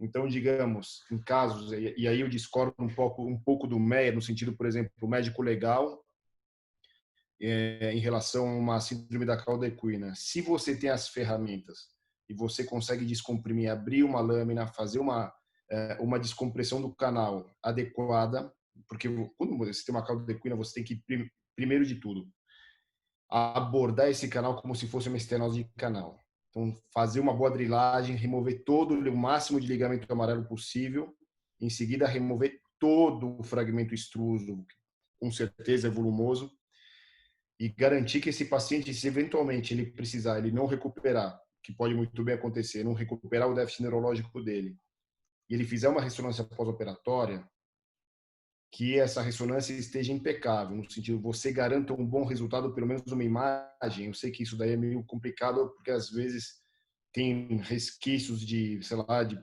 pequena parte de hematoma ou ano, mas você tem que fazer uma descompressão muito satisfatória, bem agressiva. Lógico, cuidando dos elementos neurais. Se você tomar esse cuidado, por exemplo, a gente teve uma vez na equipe um caso de um paciente que era triatleta e ele chegou no consultório com o pé caído. E como todo triatleta competitivo, ele era dos primeiros lugares do Brasil para a idade dele, né? Um cara de até relativamente jovem, 48 anos na época que a gente operou. Ele disputava os primeiros lugares do Brasil, ele era muito competitivo, só que ele veio para operar um mês depois que ele evoluiu com o pé caído, né? Ele tinha esperança que ia recuperar, enfim. Era uma hernia volumosa L4, L5, a gente fez uma descompressão, a gente removeu, a gente fez por vídeo, toda a hérnia, a gente fez uma descompressão, uma drilagem agressiva, tiramos todo o ligamento amarelo e, obviamente, ele não recuperou. Força grau 0, continuou com o pé caído. O paciente desse nível, atleta, tudo, ele é questionador. Ele exigiu, não, por que não recuperei? Não sei, fez a ressonância magnética e, bom, por sorte, queiram chamar como que o canal dele estava amplo, estava completamente descomprimido, estava, quer dizer, o déficit que se mantinha é pelo tempo de evolução, pela gravidade do déficit neurológico que ele teve. Né? Não era uma cauda equina, mas de qualquer forma, um pé caído com força grau 0. Não recuperou, já transcorreram 2 anos depois da cirurgia dele, não recuperou, nem acredito que a essa altura do campeonato não vai recuperar mais. Mas do ponto de vista legal, a gente se garantiu no sentido que a gente fez uma descompressão ampla, não teve recidiva, e acho que nesse sentido a gente não vai ter mais problemas, tá? A literatura resguarda a gente. Então, acho que o mesmo princípio pode se aplicar por uma cauda equina. Então, hoje, mesmo em casos graves, complexos, e a gente tem aplicado endoscopia também interlaminar para revisão de casos de recidiva de casos abertos. Então, o paciente fez uma microdissectomia aberta, recidivou depois de 2, 3, 5, 10 anos, a gente fez uma abordagem pela via endoscópica interlaminar, e a gente conseguiu fazer uma descompressão adequada. Então, quer dizer, não quero me gabar nada, eu quero deixar claro na discussão que, como ele colocou muito bem, a endoscopia é uma ferramenta. É uma ferramenta que te permite fazer coisas, fazer o trabalho semelhante a uma cirurgia aberta. Então, se você tem a prática, já tem a experiência para utilizar a cirurgia, as ferramentas da cirurgia endoscópica de forma semelhante ao que você fazia com a microdissectomia, não faz mais sentido tanto você voltar a fazer uma microdissectomia. Se você já adquiriu essa confiança, eu acho que você pode expandir o teu leque de indicações. Essa é a minha opinião. Meyer, Facundo, eu na realidade comecei a fazer aqui em Natal, quando eu cheguei em Natal há 6 para 7 anos atrás, eu fazia os dois. Eu fazia tanto endoscópica como microdissectomia, porque eu tinha muita dificuldade de fazer para o SUS, tá? Para a rede pública. Então eu cheguei a fazer uns 3 ou 4 casos de microdissectomia no SUS, e desde então eu consegui, através das minhas parcerias que a gente tem, de fazer só endoscopia. Então, para todos, 100% dos casos lombares, eu faço só via endoscópica, tanto interlaminar como transforaminal. Eu faço só endoscópica. Eu acho que eu nem sei mais fazer uma microdissectomia, mas só interlaminar, e eu deixo a microdissectomia de lado nesses casos. Mas quem está aprendendo, quem está na curva mediana, quem ainda está com dificuldade de material, até como o Meyer disse, muitas vezes é muito difícil você conseguir o material. E muitas vezes vocês fazem cirurgia particular em São Paulo, ou muitos reembolsos que não conseguem o material. A microdissectomia tem que permanecer. A microdissectomia é a base de onde a gente veio, entendeu? E o resultado se mostra que, no mínimo, é semelhante a longo prazo. Tá? Claro que as vantagens da endoscopia, ao meu ver, são maiores do que as da microdissectomia, mas eu, no meu caso, não faço mais, faz 6 anos, mais ou menos, 5 anos e meio, 6 anos. E reabordagens também, recidivas, eu faço, se eu entrei interlaminar, eu faço a reop transforaminal. Se eu fui transforaminal, minha reop eu faço interlaminar. Então a gente tem 2 vias de acesso para isso. Marcus, ¿hay algo que hagas por microdisectomía o todo por endo? ¿O se te ocurre algún caso que prefieras hacerlo por micro? Então, hoje eu reservo os casos de microdissectomia para quando o convênio realmente não autoriza e eu não tenho outra opção. A gente sempre tenta fazer por vídeo, seguindo aquelas 3 perguntas que eu falei no começo, né? Qual raiz que está doendo, onde está a compressão, enfim. A gente tenta seguir esse mantra.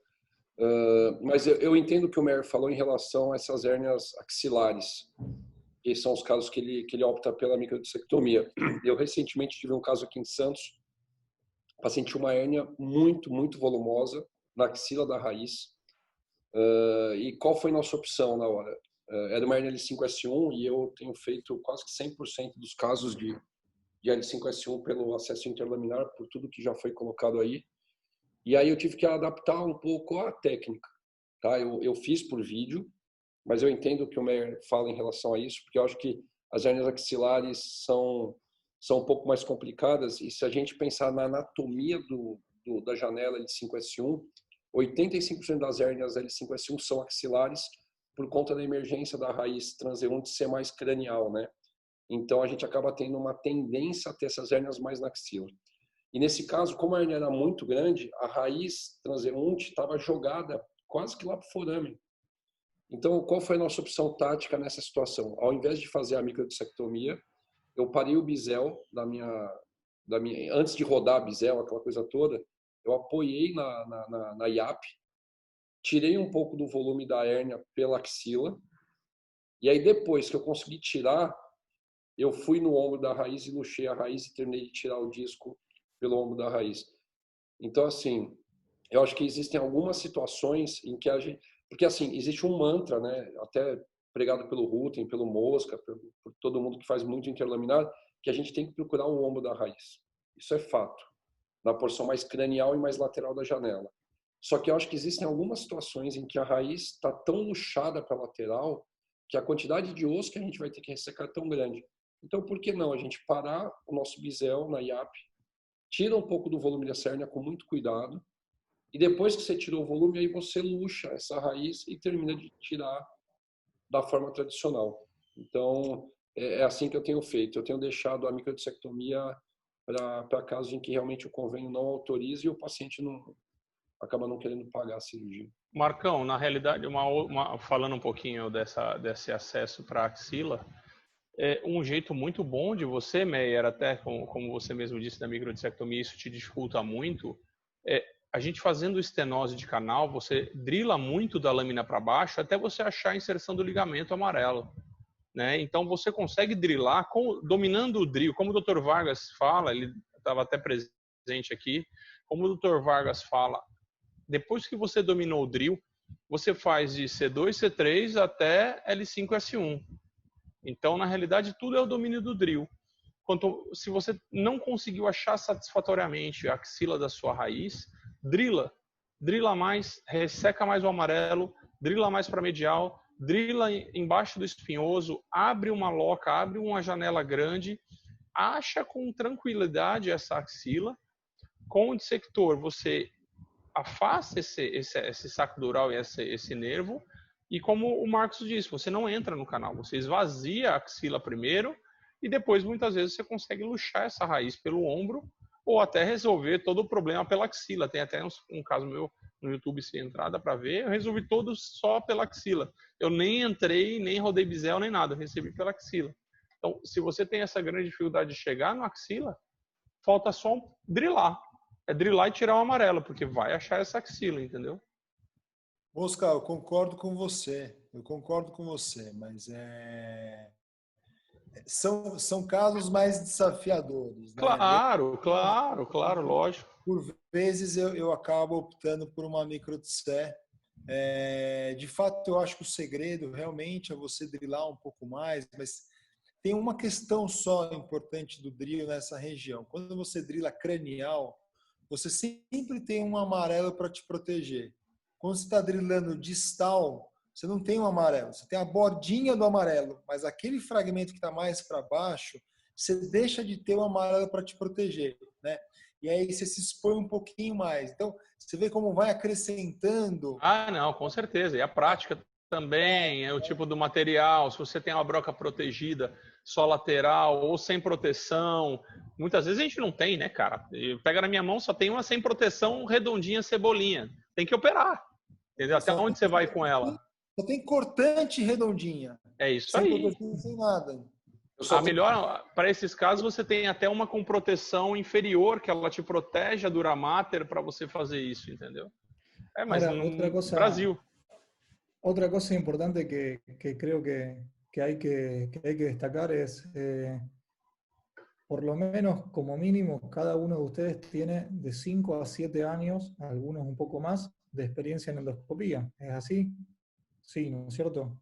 Como mínimo, 5, 7, 10 años haciendo endoscopía. Y cuando yo les pregunté hoy si hacían algún tipo de cirugía por microdisectomía, me dijeron de que eran muy pocos los casos, que dependían muchísimo de los convenios y demás. Ahora, esta realidad que nosotros vemos hoy, después de 5 o 10 años de endoscopía, no es lo que era hace 5 años atrás o 10 años atrás. Me imagino de que la cantidad de casos de microdisectomía era mucho mayor y los casos endoscópicos eran para los casos seguros. Les pregunto esto y les digo esto porque si no, muchos de los que están viendo el webinar van a pensar de que la manera de hacer endoscopía es hacer todo por endoscopía de una primera vez, y en realidad tiene mucho que ver con las habilidades que uno va ganando y la famosa curva de aprendizaje y la posibilidad de reemplazar lo que uno hace en cirugía abierta con cirugía endoscópica. Yo honestamente les digo, en el momento que empecé a hacer endoscopía, únicamente hacía por endoscopía los casos que sabía que iban a andar bien, porque creía que era mejor para el paciente, porque era mejor para mí y porque era mejor para el crecimiento de la endoscopía pisar sobre seguro y no tener complicaciones por querer ir más allá de mis habilidades. Entonces, si yo les hiciera esta misma pregunta ahora, hace 5 años atrás, ¿cuántos casos harían por microdisectomía? Hace 5 o 10 años atrás, cuando empezaron, ¿cuántos casos hacían por microdisectomía y cuántos por endo? 100% micro. Claro. ¿Y cuando empezaste a hacer endoscopía? Quase 100% endoscopia, e deixo a microdissectomia para os casos em que o convênio não autoriza. Ô Facundo, eu tive uma passagem na Alemanha com o Lubers, que eu fiquei algum tempo com ele lá, e ele marcou, teve um dos dias que tiveram 6 cirurgias. Foram 5 endoscopias e uma microdissectomia. Isso marcou muito, porque eu estava me escovando para entrar na cirurgia com ele, e aí na hora que a gente foi entrar, eu falei, bom, vou auxiliar o Lubers, né? Ele pegou o bisturi e deu o bisturi na minha mão, na Alemanha, e falou, abre. Eu falei, Dr. Lubers, mas eu tô aqui na Alemanha, não vou abrir, né? Não, eu quero ver como você faz a microdissectomia. E era exatamente isso que o Meyer falou. Era uma hérnia L5-S1, não era L4-L5, com fragmento na axila da raiz. E ele me falou por que ele estava fazendo micro. Que nos casos em que ele tem hérnia na axila L5-S1, ele ainda opta por fazer microdissectomia. Assim, um cara que né, propaga a técnica endoscópica para todo lado. Mas nesse caso, em especial, pelo fato da hérnia ser volumosa e na axila da raiz, ele optou pela microdissectomia. Muito de encontro ao que o Meyer falou de quando que ele faz a microdissectomia. Mas pela prática também, né, Marcão? Pela Exato. prática dele ser transforaminal 90% dos casos, né? Não é 90%, é 98%. Então, a prática dele interlaminar é muito pequena, né? É muito pequena, é muito pequena. E eu acho que aconteceu muito disso na Alemanha também, sabe, Mosca? O fato do Rutten ter desenvolvido uma escola interlaminar deixou para o Lubers o transforaminal. Exato. E aí, nos casos em que ele acha que não dá para ir transforaminal, talvez por curva, na interlaminar ele opta por fazer a microdissectomia. Eu acho que foi uma escolha de mercado que eles fizeram. Não é mercado, isso não é dinheiro. Não está errado, cara. Não tá errado. Deixa eu fazer um comentário em relação àquela hernia extraforaminal do Meyer. Como eu convivi com o Lubers há algum tempo e fui para a Alemanha algumas vezes, ele tem um endoscópio que ele desenhou, do spine tip da Storz, que é o endoscópio verde. Ele não chama esse endoscópio nem de endoscópio, ele chama de foraminoscópio. E eu acho que é um negócio bem interessante. Ele fez um webinar com a gente, ele mostrou alguns casos. Esse foraminoscópio ele é mais fino. Ele tem 2,9 milímetros de diâmetro. E ele faz inside out para a hérnia foraminal e extraforaminal. E qual que é a explicação dele para isso? Primeiro, o endoscópio é mais fino, então a lesão anular que ele faz não é tão grande. Segundo, quando a gente fala de fazer inside out, né, que o Lubers fala de fazer inside out, isso não quer dizer que você vai com o teu dilatador até o núcleo. Não, é só a cabecinha que entra. E tem um detalhe que eu até escrevi aí no chat, o Rutten tem preconizado muito perna foraminal e extraforaminal o acesso extremolateral. E eu tento sempre entrar o mais ortogonal possível ao triângulo de segurança. Então, quando o Rutten faz o acesso extraforaminal, o túnel que você tem para passar da raiz emergente para a transeunte, ele fica menor. Outra coisa, você expõe tanto a raiz emergente, a tua punção, como a transeunte, porque você deixa de ter o osso. Tá? E o que o Lubers faz? Esse foraminoscópio, ele entra perpendicular ao triângulo de segurança, então esse espaço que ele tem para entrar é maior. E aí tem um detalhe que é muito diferente do que a gente vê a maior parte das escolas fazendo. A camisa que o Lubers usa é uma camisa a 0 grau, não é biselada. Porque eu acho que quando você entra muito lateral, na hora que você vai jogando sua mão para medial, você acaba luxando muito a raiz. Então, qual que é a filosofia do Lubers? Vamos lá, eu tenho esse endoscópio, eu faço essa cirurgia, mas já fiz extremolateral, eu navego por todos esses cenários, até para a gente poder ir tentando ver qual que é o melhor caminho. Mas quando você entra ortogonal ao triângulo de segurança, essa luxação da raiz é menor. E como ele usa uma camisa a 0 grau, na hora que ele vai jogando a mão dele para medial, a pontinha do bisel não bate no gânglio da raiz. A camisa ela passa por cima da raiz, não empurra a raiz continua no lugar dela, não tem tração no gânglio, né? E aí ele vem com um ganchinho, com um hook, e aí ele explora a zona 1 e a zona 2 de Saint-Roli, foraminal e extraforaminal. Então, por que ele tem menos desestesia? Não é por conta da lesão anular ou não, é porque ele, no downhand ou no uphand dele, ele não luxa a raiz. A camisa 0 grau passa por cima dessa raiz e ele com um gancho e com a pinça ele entra por baixo. Então, assim, a manipulação do gânglio das raízes, que tirando o S1 que está dentro do canal, ele acaba não luxando e o índice de desestesia dele caiu demais. E por que ele me falou isso? Porque quando ele fazia L5-S1 transforaminal com endoscópio tradicional, com bisel, ele chegou a ter 35% de desestesia no pós-operatório. Então, ele falou, porra, por que eu vou usar o endoscópio de 25, de 30 graus para uma hernia foraminal e extraforaminal, se eu preciso ter um DRV, né? Eu preciso ter uma visão direta da raiz. Então, ele fez um endoscópio mais fino, com a camisa 0 grau, que ele navega por cima da raiz, sem tracionar a raiz emergente, e consegue explorar toda a raiz, desde o recesso até a emergência dela. Então, assim, acho que isso é um negócio interessante até para a gente poder discutir futuramente, Porque o índice de desestesia do Lubers caiu para 6% depois que ele começou a usar o foraminoscópio. O Marcão, o acesso extraforaminal, ele tem um pouco desse princípio também, apesar que de você afastar, na realidade, com o bisel, né, a raiz, mas você entra com uma segurança monstruosa, porque no pedículo não tem mais nada. Né? Então, você bateu no pedículo, cravou no pedículo, entrou, dissecou, você tem muito pouco. Então, foi assim que eu consegui diminuir minha desestesia, porque eu não tenho esse endoscópio, esse foraminoscópio. Você é o único que tem, você é o cara que tem esse endoscópio. Então, não é muito reprodutível esse endoscópio, porque só você tem. Não vamos nem falar do endoscópio de 15 graus, vamos falar do endoscópio convencional. Quando você entra ortogonal ao triângulo de segurança, deixa eu ver como é que fica aqui, ó. Esse túnel de passagem, seja do dilatador da camisa, é maior. Quando você Mas se você bater no pedículo, não. Não, então, mas quando você está indo no pedículo e você está entrando mais lateral, a tua raiz transeunte passa a estar exposta. Você pode acertar a raiz transeunte. Só que tem uma coisa, para você chegar na região extraforaminal, ô Mosca, você vai ter que fazer isso aqui, ó. E nessa hora que você faz esse uphand, você vai luxar a raiz. Vai luxar. Não tem como. Luxar menos, mas luxa.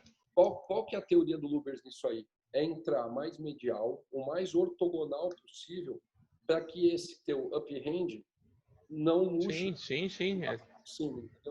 Então, assim, eu acho que isso é um negócio interessante de discutir, exatamente porque eu acho que a desestesia pós-operatória, ela é muito relacionada a essa tração que a gente faz, sabe, cara? Provavelmente é só atração e compressão do gânglio no forame. Não faz nada, mas na hora que você puxa, que você levanta a mão, que você traciona, o gânglio vai embora. Mas, Marcão, eu vou te falar uma coisa, uma opinião pessoal minha e quando, em caso de hérnia extraforaminal também, eu tenho tido casos de desestesia, ainda tenho casos Eu também. de desestesia, mas por que isso acontece? Porque o triângulo de segurança, muitas vezes, veja, o espaço que existe entre a SAP, entre o processo articular superior e a raiz emergente, é bem menor do que o diâmetro da câmara de trabalho. Isso é verdade. Tá? Principalmente L5S1. Então, em alguns casos, eu tenho mudado ultimamente, eu vou falar, esse ano, agora, nos últimos meses, eu comecei a mudar um pouquinho.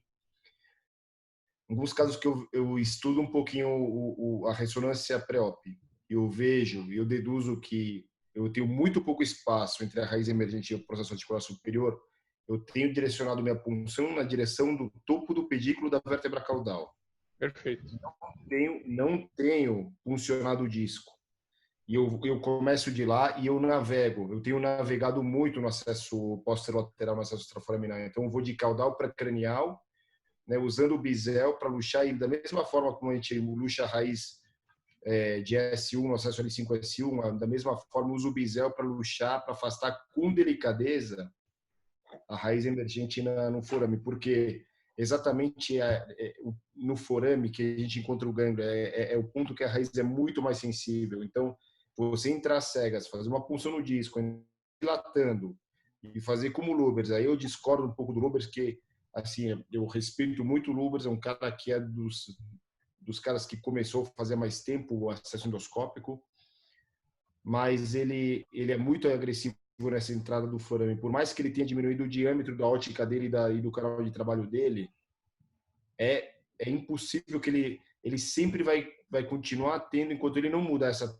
técnica de funcionar o disco, entrar martelando o dilatador dentro do centro do disco, ele vai continuar tendo caso de anestesia. Principalmente em caso de L5S1 e alguns casos de L4-L5. E inclusive de L3-L4. Então, assim, uma coisa que é inerente à anatomia do forame. A raiz, tem muitos casos que a raiz sai muito perto do processo articular superior. Eu tenho percebido a forma como eu consegui reduzir o índice de anestesia é isso daí, a punção mais caudal. Essa é a minha opinião, Marcão. Não, eu concordo com você. O fato de eu ter passado a filosofia do Lubers não significa que eu tenho feito assim hoje em dia, entende? Eu também acho que é muito mais seguro você funcionar na junção do pedículo com a faceta, drilar e entrar. Você cria um espaço para passar. Eu tenho feito assim hoje a cirurgia. É que me chamou muita atenção quando eu estive na Alemanha, a filosofia dele, sabe? Eu acho que é um negócio que é legal discutir. Mas Mas o principalmente... acesso lateral, Marcão, você não precisa, na realidade, nem drilar, né? A SAP, né, cara? Se Depende. você fizer acesso lateral... Não, depende se tiver estenose, se não, mas muitas vezes você nem precisa, né? O que define minha via é a clínica, entendeu? Perfeito. Mas eu tenho feito a cirurgia muito outside out, sabe? Aquela coisa de você ter uma estenose L5, S1 com uma radiculopatia L5. Cara, minha cirurgia é tirar a ponta da SAP, acabou a cirurgia. Eu nem entro no disco. Entendeu? Acho que a gente... putz, você falou, todo mundo falou aí, da gente ser resolutivo, cara. Pode ter a cirurgia mais linda do mundo. Se o dente estiver ferrado depois da cirurgia, cara... A gente via muito isso em Chivanoma, né? Tinha um tumor aqui de ângulo ponto, com 6 centímetros, aí no pós-operatório não tinha lesão nenhuma e o doente com paralisia facial. Isso não resolve nada, acho que a gente tem que ser resolutivo. Mas principalmente a L5-S1, cara. Eu acho a cirurgia endoscópica mais difícil que existe, mais do que cervical, mais do que torácica, é o acesso transforaminal L5-S1. Eu acho que é o que a gente tem que tomar mais cuidado. A lordose joga a raiz emergente muito próximo da transeunte, o túnel para você passar, porque o dilatador é pequeno. E assim, eu não hoje, apesar de eu ter falado isso tudo referente ao Lubers, eu não consigo imaginar eu abordando um L5-S1 sem fazer alt-in, entendeu? A minha cirurgia é totalmente foraminal e extraforaminal. Eu acho que não cabe mais, porque realmente a gente precisa diminuir o índice de desestesia, que é o que mais dá dor de cabeça para a gente no pós-operatório. O Meyer, você usa alguma coisa no pré-operatório, no intraoperatório, no pós-operatório? Como é que você faz seu pré e seu pós aí dos seus pacientes, cara? Tem algum tips and tricks aí? Em termos de medicação, de reabilitação? Isso, não, de medicação. Como é que a gente fala, mas a galera fica muito na dúvida, né? Cada um faz de um jeito, não tem um protocolo. O que você faz no seu pré, você faz alguma medicação? No intra, você joga corticoide ou anestésico? No pós, o que você deixa de medicação? Deixa antibiótico, não deixa? Pregabalina, não deixa? O que você faz, cara? Cara, é simples, né? Porque assim, o tratamento é você tirar mecanicamente ali. Ah, eu vou te falar, eu jogo um corticoide, sim, porque... não custa Ensinaram nada. a gente, né? Não custa nada. Mas eu vou te falar, eu não sei... É o tipo da pergunta que, se você me perguntar por que você joga, eu não sei. Mas eu jogo um corticoide lá. De algum jeito vai ser absorvido, né? Porque o resultado você já fez, foi descomprimir o negócio. Exato. Mas jogo, porque na Coreia jogavam, na Alemanha jogavam, no outro lugar que eu fui jogava. Eu falei, pô, acho que é pra jogar, vou jogar. Vamos jogar. E no Você pós? joga? Eu jogo, eu boto um depomedrolzinho. Apesar de metade, 1/3 dele sair, né? Mas a gente joga. Não, sai tudo. Você tira a câmera, tudo ali o negócio. Joga. E no pós? Como é que é a sua rotina de pós? O que você faz na primeira semana, segunda semana? Como é que é o seu pós? Eu não uso nenhum remédio específico, gabapentina, a não ser que ele tenha muita desestesia, né? Então, é o que a gente estava falando de hérnia foraminal. Olha, assim, talvez por sorte, eu tenho muito pouco desestesia das minhas cirurgias, mesmo os casos foraminais. Às vezes é aquele paciente que você já sabe que ele vai ficar, porque ele é aquela dor neuropática, sabe? Aquele cara que arde, queima, ele grita que você não consegue relar na canela que dói, você já sabe que esse cara vai ter no pós-operatório. Então, esse cara eu deixo uma gabapentina, eu uso pregabalina, que tem menos efeito colateral. Mas eu já aviso que esse cara ele vai ter esses sintomas depois, e não é da cirurgia, isso é da hérnia que está comprimindo o gânglio, né? Perfeito. Mas de antibiótico, você deixa antibiótico? Não deixo antibiótico. Analgesia, você faz com quem no pós-op? Eu faço com anti-inflamatório, geralmente Arcoxia e Novalgina, e deixo um Tilex ou um Tracete de resgate, mas geralmente não precisa. Eu deixo uma semana de molho em casa, né? Que é sem trabalhar, sem dirigir, sem sair, sem fazer nada. Na semana seguinte eu começo fisioterapia. Nessa fisioterapia e no pós-operatório eu peço para esse cara não torcer o tronco, não carregar peso, ter cuidado com aquele sofazão tipo chess, que a gente deita largadão e não tem apoio de braço para você se levantar, né? Na físio, começo com coisas de dessensibilização, de melhora da dor, e vou para uma parte de fortalecimento, estabilização da coluna, perto de 3 semanas, mais ou menos. Legal, legal. Show de bola. Show de bola. Acredito que o padrão seja esse mesmo, é um padrão muito bom. Eu também não libero o físio até tirar o ponto, que 7 a 10 dias de ponto, deixo ele em casa de molho, exatamente isso. Sem relação, sem dirigir 15 dias, para poder evitar valsalva, né? Evitar tranco, infelizmente, né? Mas é isso, fisioterapia, show de bola. Davi, quer finalizar? Quer fazer mais alguma pergunta aí? Na verdade, assim, o que eu parabenizar o Meyer mais uma vez pela aula dele. Eu queria parabenizar os moderadores também, todos vocês foram fantásticos hoje. Acho que todos contribuíram com a própria experiência para o enriquecimento dessa discussão. Então, Mosca, Serra, Facundo, Meyer, todos vocês são de parabéns e tenho orgulho de fazer parte desse webinar com vocês. O que eu quero deixar para os outros participantes aqui, na verdade, da minha parte pessoal, acho que eu posso compartilhar dessa opinião com os outros moderadores, é que a gente não quer impor endoscopia, não é, vejam bem, você não tem que fazer endoscopia em todos os casos, ou na maioria dos casos. E aquilo que o Facundo, eu vou repetir aquilo que o Facundo falou, se vocês se sentem mais seguros com a microdissectomia, em determinados casos que tem um nível de complexidade um pouco mais alto, vão para a microdissectomia. Assim, quando vocês não estão seguros ainda, e não tem um cirurgião mais experiente do lado para acompanhar um caso mais complexo, vão para aquilo que vocês saibam, né? Valorizem muito a segurança do procedimento. Isso daí acho que é a mensagem mais importante que eu tenho. E se vocês se sentem muito mais seguros com o acesso transforaminal do que com o acesso interlaminar, também a gente não quer impor aqui, ninguém quer impor o acesso interlaminar como uma resposta para tudo. Na verdade, ele é um acesso que talvez ele seja mais fácil para resolver determinados tipos de problema, da mesma forma que para alguns cirurgiões, para alguns colegas aqui, a gente viu que mesmo entre os moderadores a gente tem um pouco de divergência aqui. O acesso transforaminal vai solucionar com mais facilidade outro tipo de problema. Então, eu quero que todos saibam aqui que leve em consideração princípios fundamentais da cirurgia de coluna, não da endoscopia, não da cirurgia aberta, não da ortodoncia, mas princípios fundamentais de anatomia, de indicação e de resultado. Queria abrir para o Facundo falar as considerações finais dele.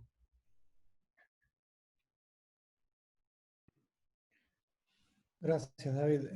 No, breve porque ya hemos charlado mucho y creo que se han tocado absolutamente todos los temas. Me quedo con esa frase que dijiste recién, es que la seguridad del paciente y la efectividad de la cirugía en resolver el problema es lo más importante, sin tener en cuenta no solo el abordaje endoscópico, sino también el tipo de técnica. No perder de vista que estamos tratando de solucionar un problema y que si hacemos una cirugía endoscópica y el problema no lo solucionamos, puede ser la cirugía menos invasiva del mundo, pero fue una cirugía inútil. Así que creo que hay que priorizar, como siempre, resolver el problema al paciente. Y creo que Meyer, en toda su exposición, lo dejó bien en claro. De hecho, todo lo que mostró sobre planificación y sobre debate dejan en claro de que la cantidad de cosas que uno piensa antes de intervenir un paciente son infinitas. Y que si cuando ustedes, y con esto me refiero a la gente que nos está escuchando, si cuando ustedes hacen esa misma planificación, concluyen en que es mejor hacer una microdisectomía, no lo duden, hagan la microdisectomía. Creo que la planificación preoperatoria justamente sirve para eso, para evaluar y decir, ¿puedo yo resolver este problema por endoscopía? Y si la respuesta es no, no puedo, porque me falta práctica, porque me faltan los materiales, o porque sencillamente la patología me excede, ir con la microdisectomía, sin dudas. Es la mejor forma de avanzar, porque un paso en falso es un paso en falso primero para el paciente que sufre el fracaso de una cirugía, pero también para cualquier persona que esté empezando con una técnica es un fracaso importantísimo y puede llevar a que abandonen directamente la endoscopía. Entonces es mejor ir sobre seguro. Y de vuelta vuelvo a agradecer a Meyer las enseñanzas que nos dejó con la exposición de esta noche. La verdad que muchas gracias. Muito bom, Facu. Serra, considerações finais. Ô, Davi, difícil fazer consideração depois de uma aula dessa do Meyer, né, cara? Fantástico. Eu acho que ele, de novo, o que eu falei no começo, depois de uma garrafa de vinho fica mais mole a voz, mas eu acho que a gente, quando é convidado para dar uma aula, a gente tem que responder a pergunta da aula. E eu acho que você trouxe com maestria as respostas que todos nós estávamos esperando em relação ao acesso. A gente vai ver mais para frente aí, que a gente já está com os próximos 6 webinars, né Davi? Com temas e a gente vai divulgar isso para todo mundo em breve, em que a gente vai falar de complicações, a gente vai falar sobre dor, vai falar sobre foraminoplastia, enfim, sobre uma série de coisas, mas que o intuito dessa reunião é realmente a gente poder tomar um vinho, estar entre amigos e poder discutir a coisa de forma leve. Eu estou recebendo várias mensagens aqui em inbox no celular do pessoal elogiando o webinar de hoje, viu, Meyer? Então, eu acho que não tem consideração final, tem só agradecimento. Muito obrigado e parabéns para todo mundo aí. Mosca, considerações finais aí. Fala isso, show de bola. Meyer, é o seguinte, cara, a hora que eu vi a sua aula, eu pensei, nós vamos discutir bastante caso, não vai ter nenhuma explicação sobre a técnica, porque já teve, né, em outros webinars, em maçante. Cara, posso te falar que foi sensacional. Sensacional. Eu também, como o Marcos, eu tenho recebido aqui de residente de outros lugares, residente de Campinas, de colega do Peru, cara, me mandou uma mensagem falando que foi fantástica a sua aula e as suas explanações e a nossa discussão, porque na realidade o que o Marcos disse é isso, é o que vale. É essa amizade que está crescendo cada vez mais, agregando gente e fazendo com que a gente fale de forma suave, tomando um vinho, batendo um papo, dando risada, falando em gíria, falando palavrão, falando o que a gente pensar sobre endoscopia de coluna e com qualidade. Não adianta vir aqui e falar um monte de coisa impossível de ser feita, um monte de coisa que vai me engrandecer, vai te engrandecer, mas que ninguém vai conseguir fazer e quando for fazer vai dar errado. Entendeu, cara? Então, fantástico.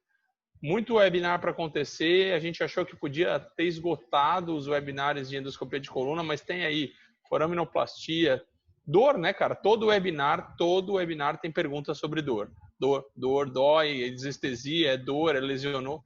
Vai ter webinar de dor também, bem bacana.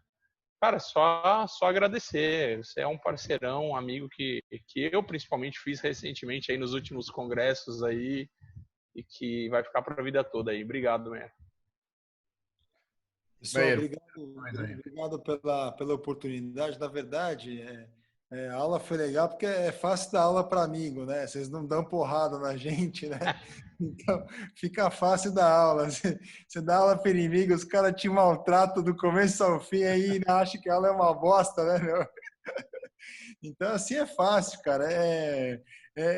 Quando você é amigo do juiz, fica fácil, cara. Obrigado a vocês. Eu vi os comentários aqui no bate-papo também. Eu queria agradecer o pessoal que deu um alô aí, que comentou. E é isso aí. E agradeço a vocês 4 aí pela oportunidade de vocês me chamarem aí aos 45 do segundo tempo. Aquele cara que entra com o jogo ganhando, né? Já tá 5-0, os caras entram. Vem ganhar o bicho, sou eu esse cara.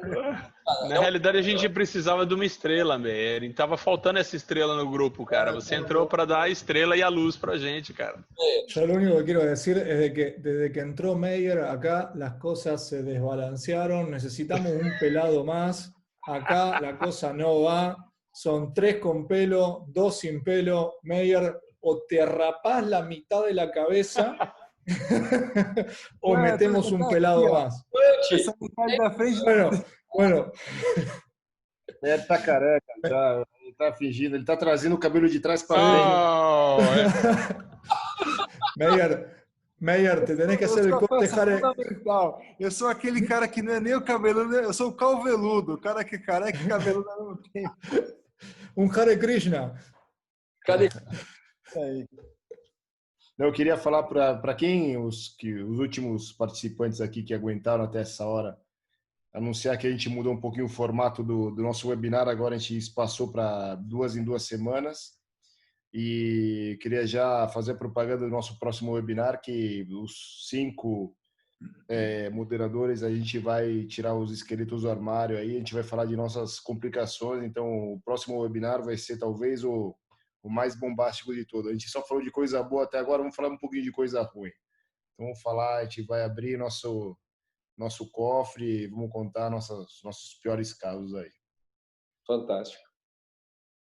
Tá bom, pessoal? Então, eu agradeço a presença de todos, agradeço a pergunta dos participantes, a participação, e agradeço aos moderadores, ao Meyer, mais uma vez parabenizo, muito obrigado.